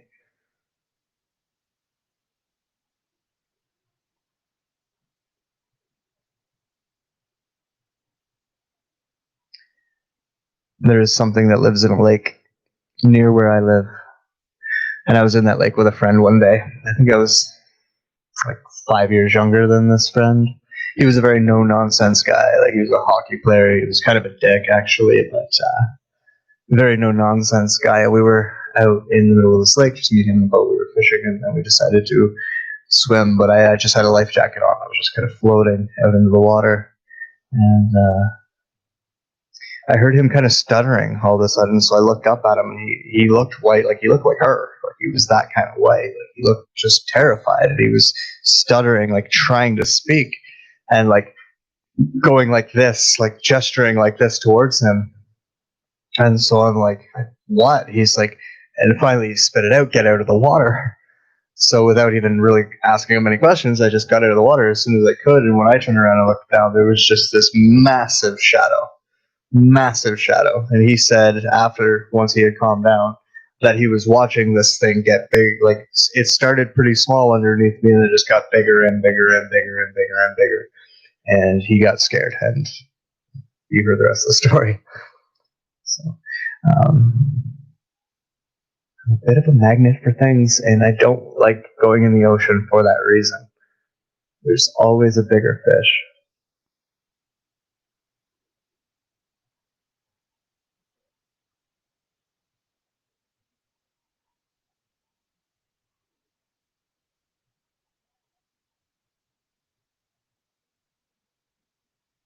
That is probably what happens, yes. It's been explained to me that it's the same reason that I can get people to talk to me, and the same reason animals seem attracted to me. It's because of whatever I'm broadcasting, I guess, or whatever my general frequency is, tends to make things comfortable. So it also pisses off things. So I don't want to take the risk. I'm sure that, like, it could be a Nessie situation. She could come up and be like, hey, I've been waiting a really long time to talk to a human who would not freak out by seeing me, but I'm not taking the risk. It might fucking eat me. So I'm getting out of the water. Figure once I'm out of the water, if she wants to come up and say hi, she can come up and say hi. But we can't move very well in water, not like things that belong there.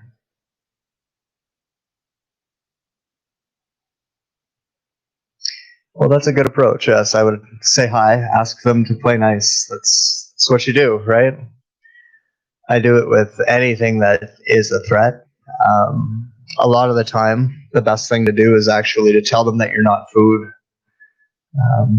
If it were something like a wolf or a bear, if you try and use that part of you to deter getting mauled by whatever these things are, telling them that you're not food.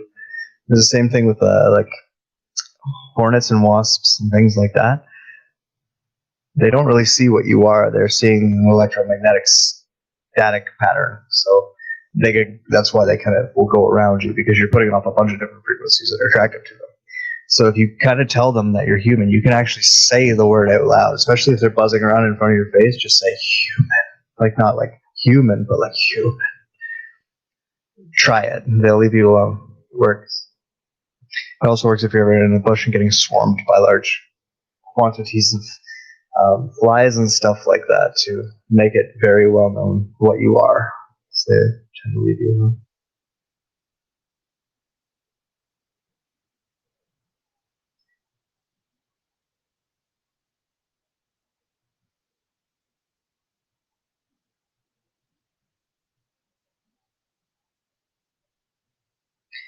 Can we do that? Would it help? Yes. Should always be doing this type of stuff. It's you'll be amazed at how your life will start to open up in different ways if you just start interacting with everything you come across. I think that from your food to your daily interactions with nature. Talk about thanking the sun and things like that. Like all of those things, you just start doing them. It not only will it just make you feel good, but you'll notice a response, an energetic response from things.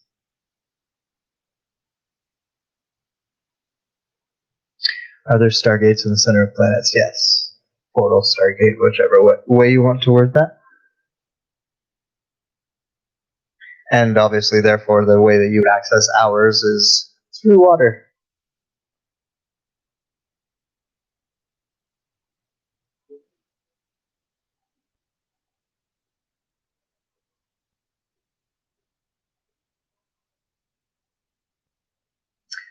So what I've been typing through them, or talking through them, setting up here is he's now going to go down deeper than people normally would.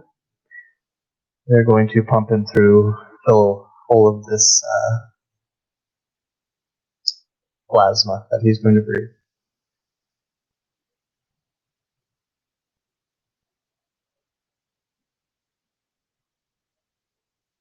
When I was watching this movie recently by myself, I actually started laughing out loud during this.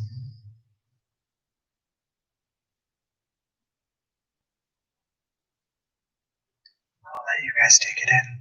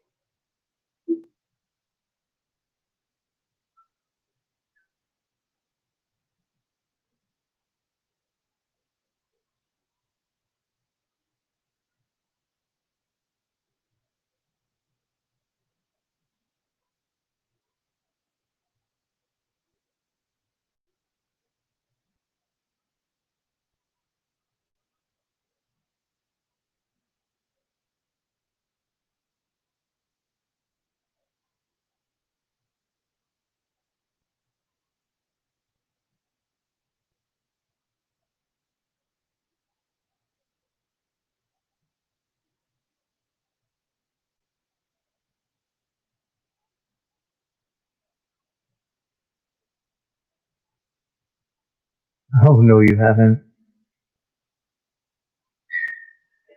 It's a bad line. Is the ocean deeper than we are told? I was talking earlier about it kind of, yes.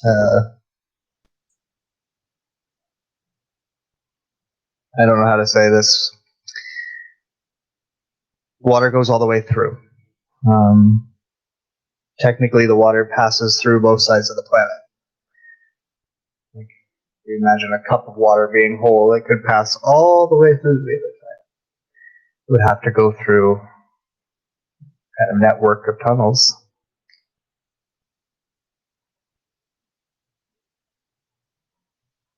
But our center, they talk about like it being a molten rock. What if it's just plasma?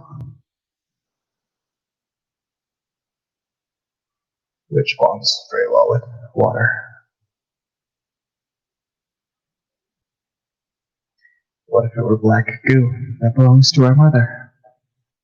And then we'd have to reteach all of our science. And that would be annoying.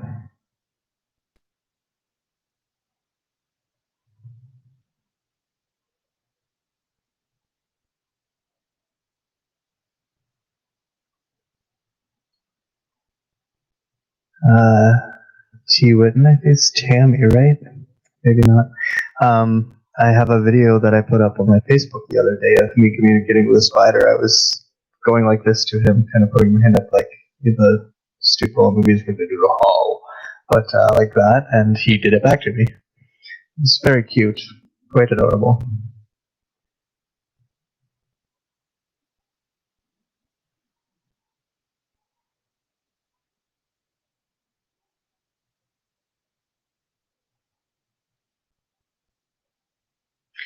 Haha, as within, so without, the water connects to plasma in space, and that's how the portal, exactly.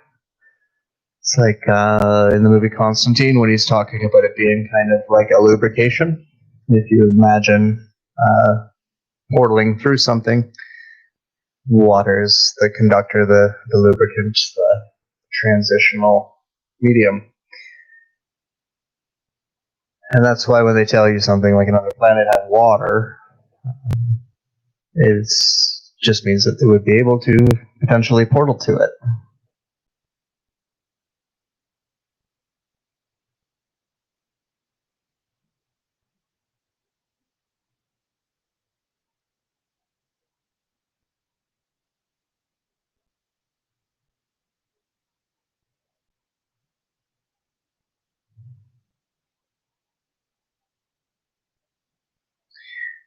I had some friends one time that I was talking about the experiences that I've had underwater, and they were very interested in wondering what it was like. So we had done some magic mushrooms, and I took them to this place where you can walk out for a really long time. You get like really, really far away from the shore before it starts to get deep, and you can actually walk up until you're like neck deep in water and just kind of stand there. If you do it at night, everything's black because where you're kind of out of the city. There's no light pollution.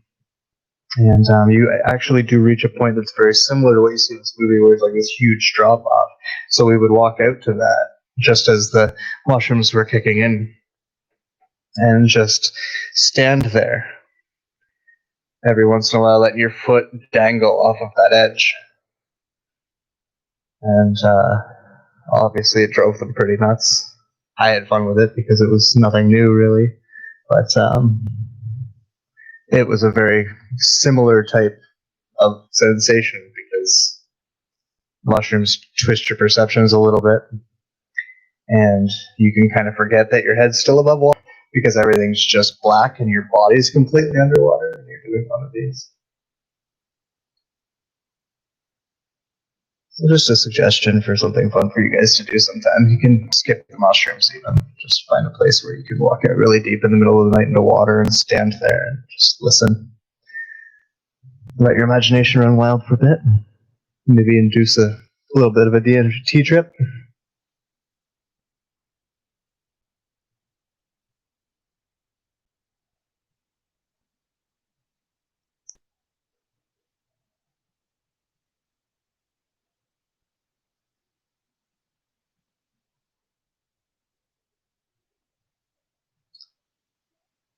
Earth is solidified plasma and water. I don't know if it's quite that simple, but I don't think I could explain it, the science either. The eclipse that just passed, yeah, I think a lot of us have been in a weird spot since that. It'll last for a while, I think, until the next one. But as I would tell people close to me, just embrace it, dance with those feelings. The release on the other end of it will make it all worth it.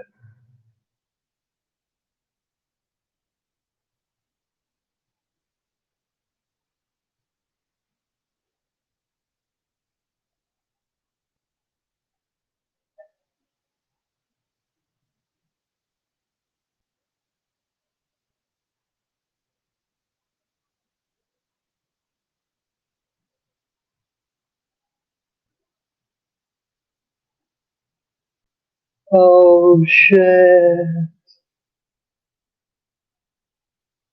Overdubbing the movie for you. Timestamp. We're at 1 hour and 57 minutes. 1 hour, 57 minutes, and 14 seconds.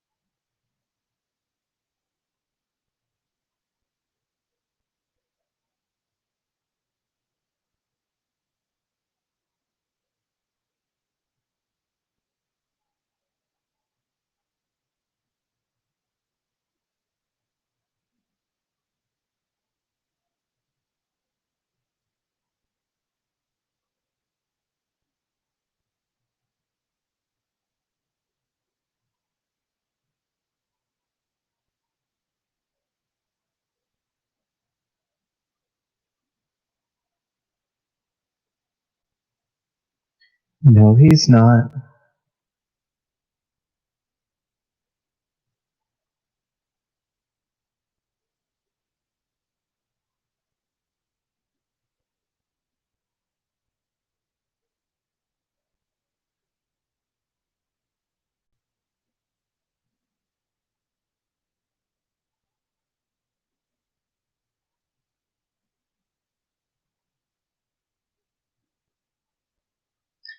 I mean, it's a movie.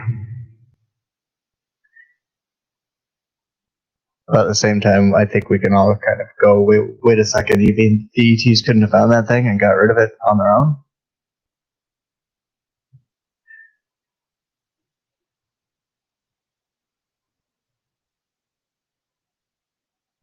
Pretty sure that if a nuclear warhead was that close to them, they would be aware of it. They would just get rid of it on their own. But hey,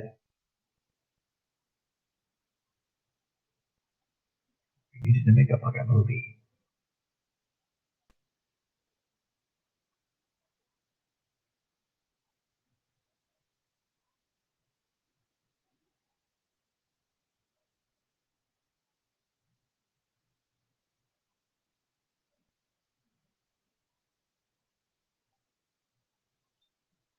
Earth matter is frozen water, frozen in the EMF spectrum. Don't know if that's correct either. Or it could just be a matter of terminology.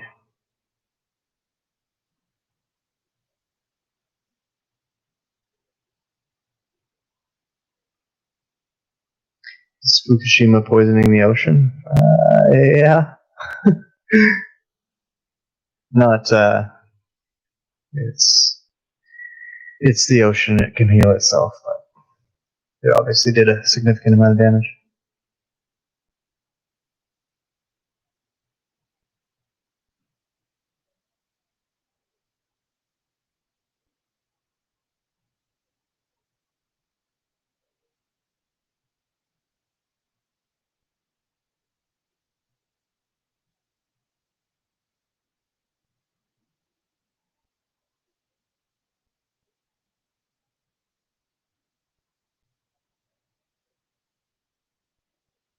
Thanks for dropping that in there, Harley. That's good information for people.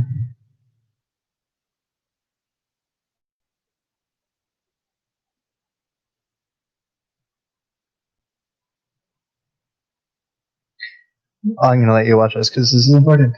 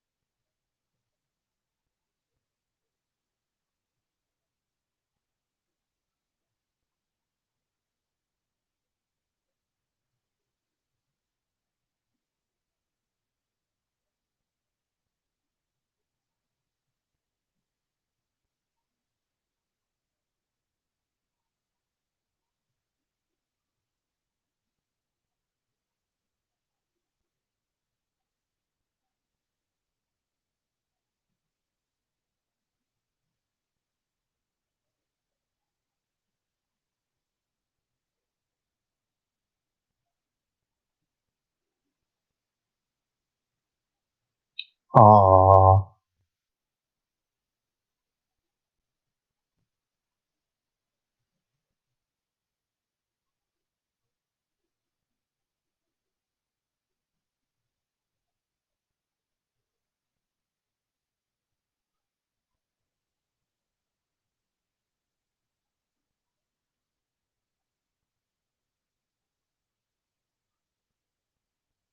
Movie ended 5 minutes ago.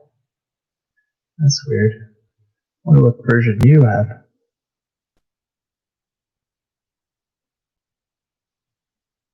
Where in the world are you, Pearl?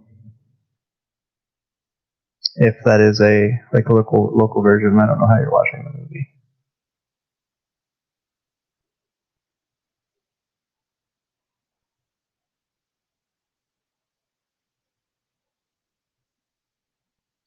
Yes, there are cities like that deep in the ocean. And now we can watch a bunch of pretty stuff.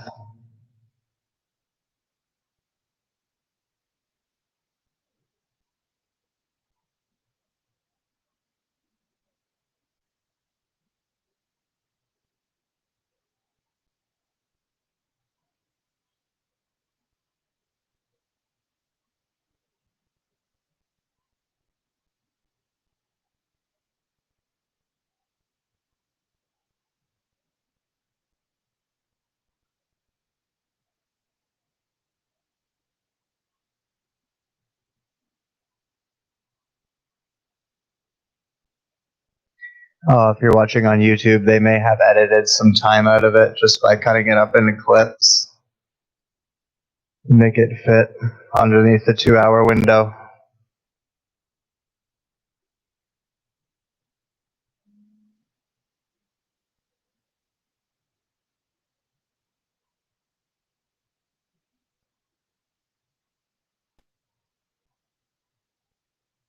Valerian, you've mentioned that before.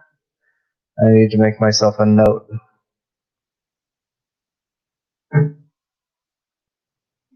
This will be fun. Siri, make a note. What do you want it to say? The movie Valerian. Okay, I created a note. The movie Valerian.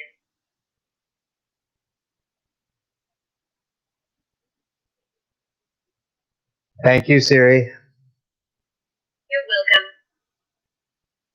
There we go.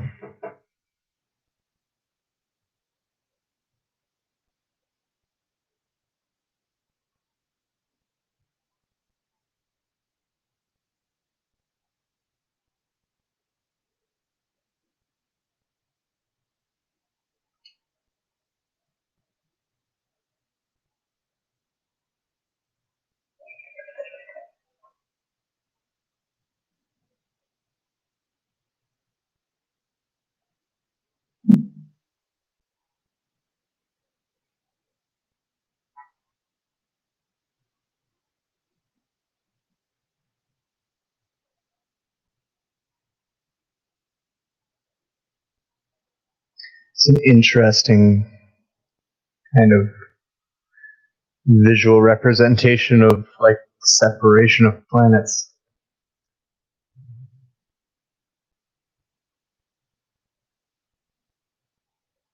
It's where the idea that flat earthers play with about there being water outside. It's not that far off. It's just not water. It's water like what he's breathing.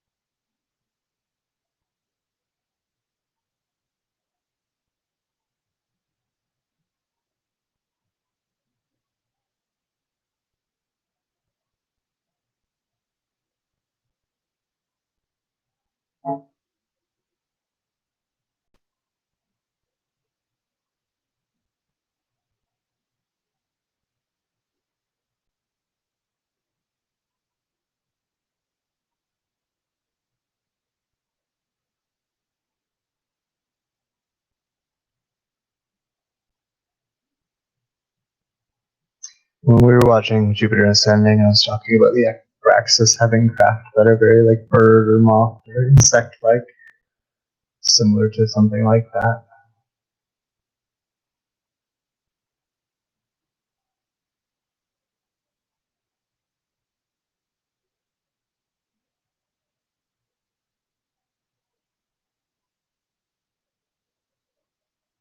Oh, so that's why the aliens didn't do anything about it, because they were testing him. What a strange concept. I wonder if aliens would actually do that with us. I wonder if maybe they would just leave us alone, just to see if we would do something about it.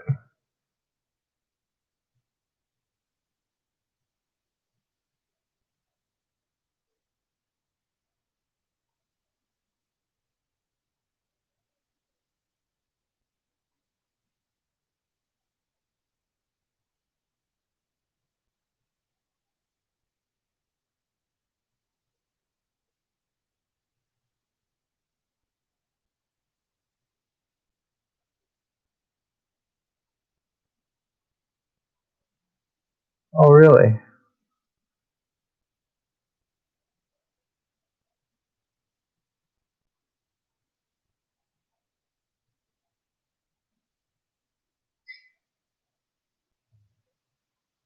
Huh. I'm just noticing that they just cut out a huge part of what was in the other version of this movie.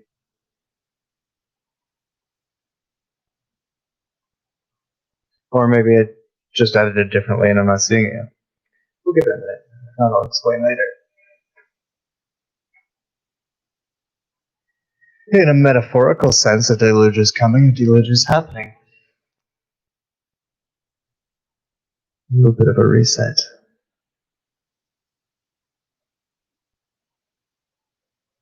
Yeah, the alternate ending bit is probably what I'm thinking of. Because they just skipped something that was in that special edition that I was talking about.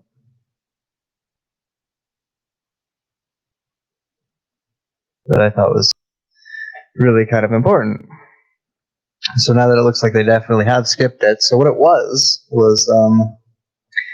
so as you know, there's a story going on in this movie where there's this war between the states and everything going on, and obviously, so these aliens point out to Bud there that like they're just about to send a deluge. Like they literally like have scenes where it shows like these big tidal waves coming for all these coastlines, and all over the world, the ocean is just about to wipe out humanity. And they stop at the last minute because of the last message he sent there, which was to his wife saying, "I love you." They imply that he changed their mind of wiping us out because he showed that love for his wife and was willing to pass this test. So it's interesting that that's not in the theatrical release, but it's definitely in his full vision of this movie.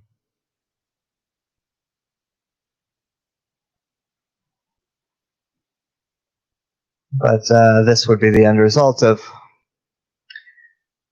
what happened afterwards.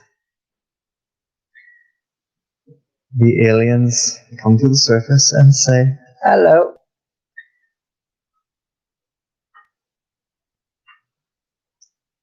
And it's kind of like, you know, if you need mental health, you can't really get it until you ultimately try hurting yourself. It would take something like that for these species to get involved up here. It's a lot of why, you know, we see the more legitimate UFOs around things like nuclear test sites and places where things are going wrong or about to go wrong or have gone wrong.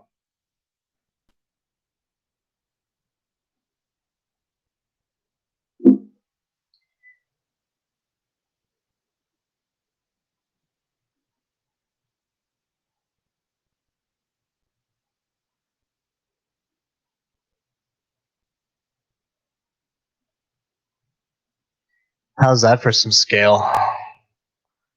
The size of that thing.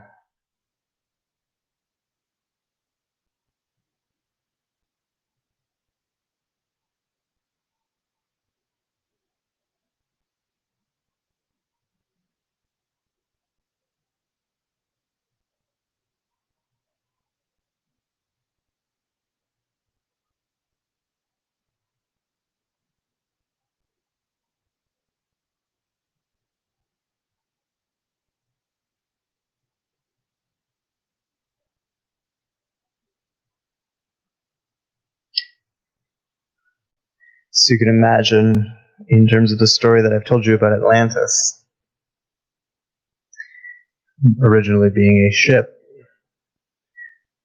the mess that that would make once it left, as well as the mess it would make when it arrived, based on its sheer size. And the fact that the easiest way to come and go from this planet is actually from the inside out. So, I should, but I'm not going to further explain that. I'm going to let you guys think about that for a while. We'll talk about it another time.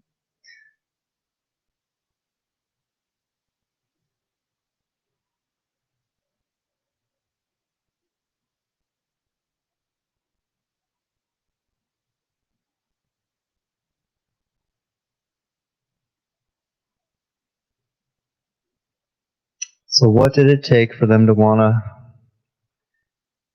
make the interaction? Either we fuck ourselves up really badly, or we finally choose love and stop being assholes. Seems like a pretty fair choice.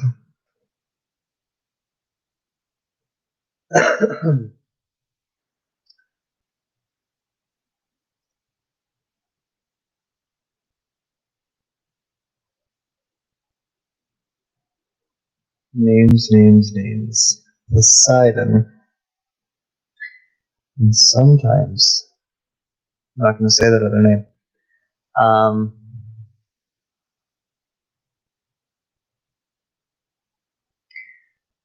We know the name Poseidon because of one of the group that lives down there that does have interaction with us. Yes. And the movie's over. All right. That was fun. Something a little different.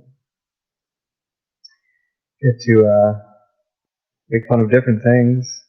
It's a better movie than, say, Jupiter Ascending. So I hope you all had fun with that. I would recommend finding, what is the other one called?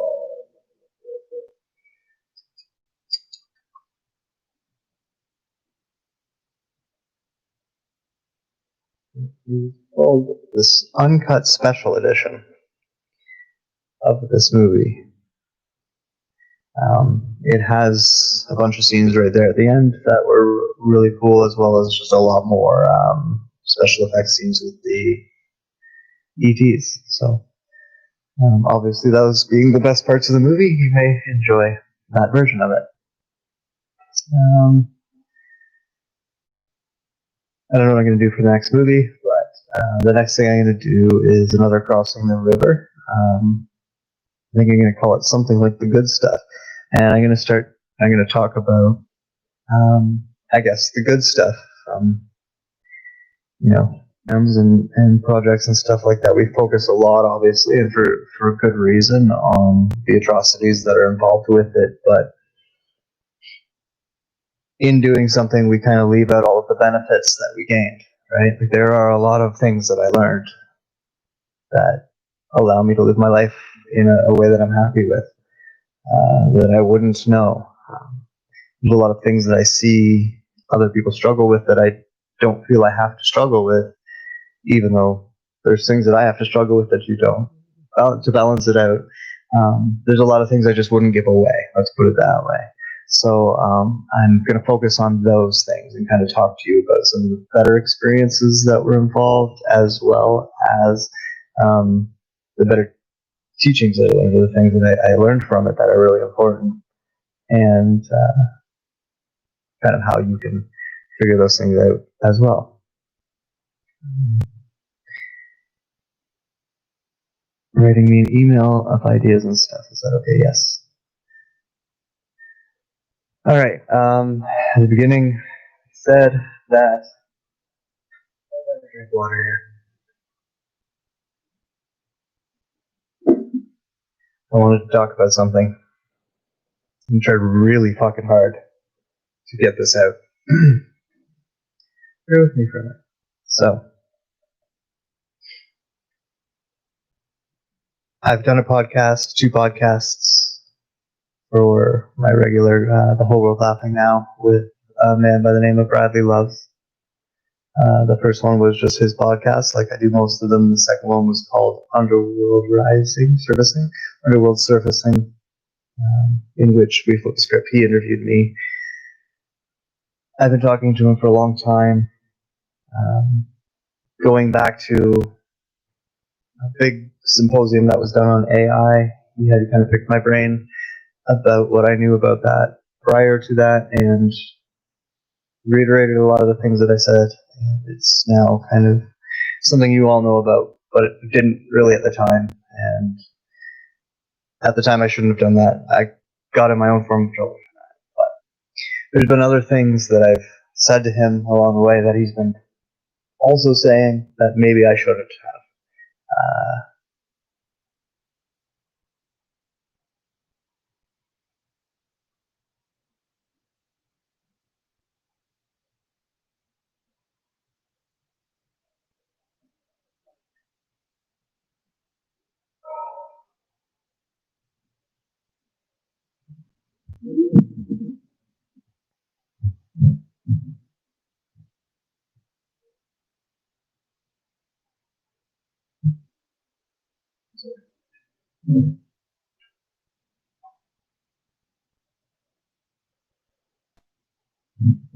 Recently, some things that were very bad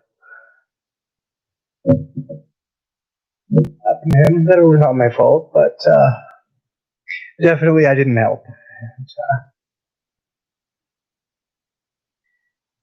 sometimes I like to downplay the game that we're playing here. I can't do it. So I guess.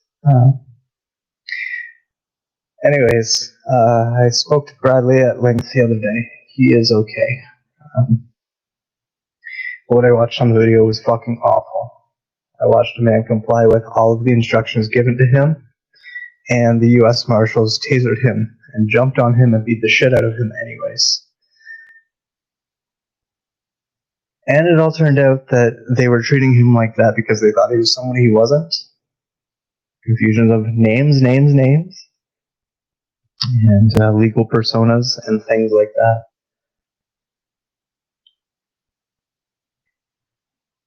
But I guess what I wanted to say was I've been a little quiet about some things going on right now because I'm afraid of what I'm saying for that reason.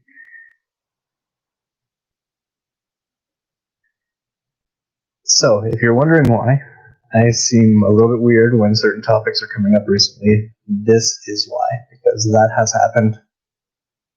It's making me reassess some things and question some things. So, bear with me while I get this all balanced out, and then I'll go back to commenting on the current state of the world. But, until I can do that, that's the reason why I'm avoiding it. There we go. So, hope everybody had a good night. Sorry for my little emotional breakdown here at the end, but we will be back soon with crossing the river next, and then I'll pick it up. All right, boys and girls, love you all. Take care of you for us. And, until next time.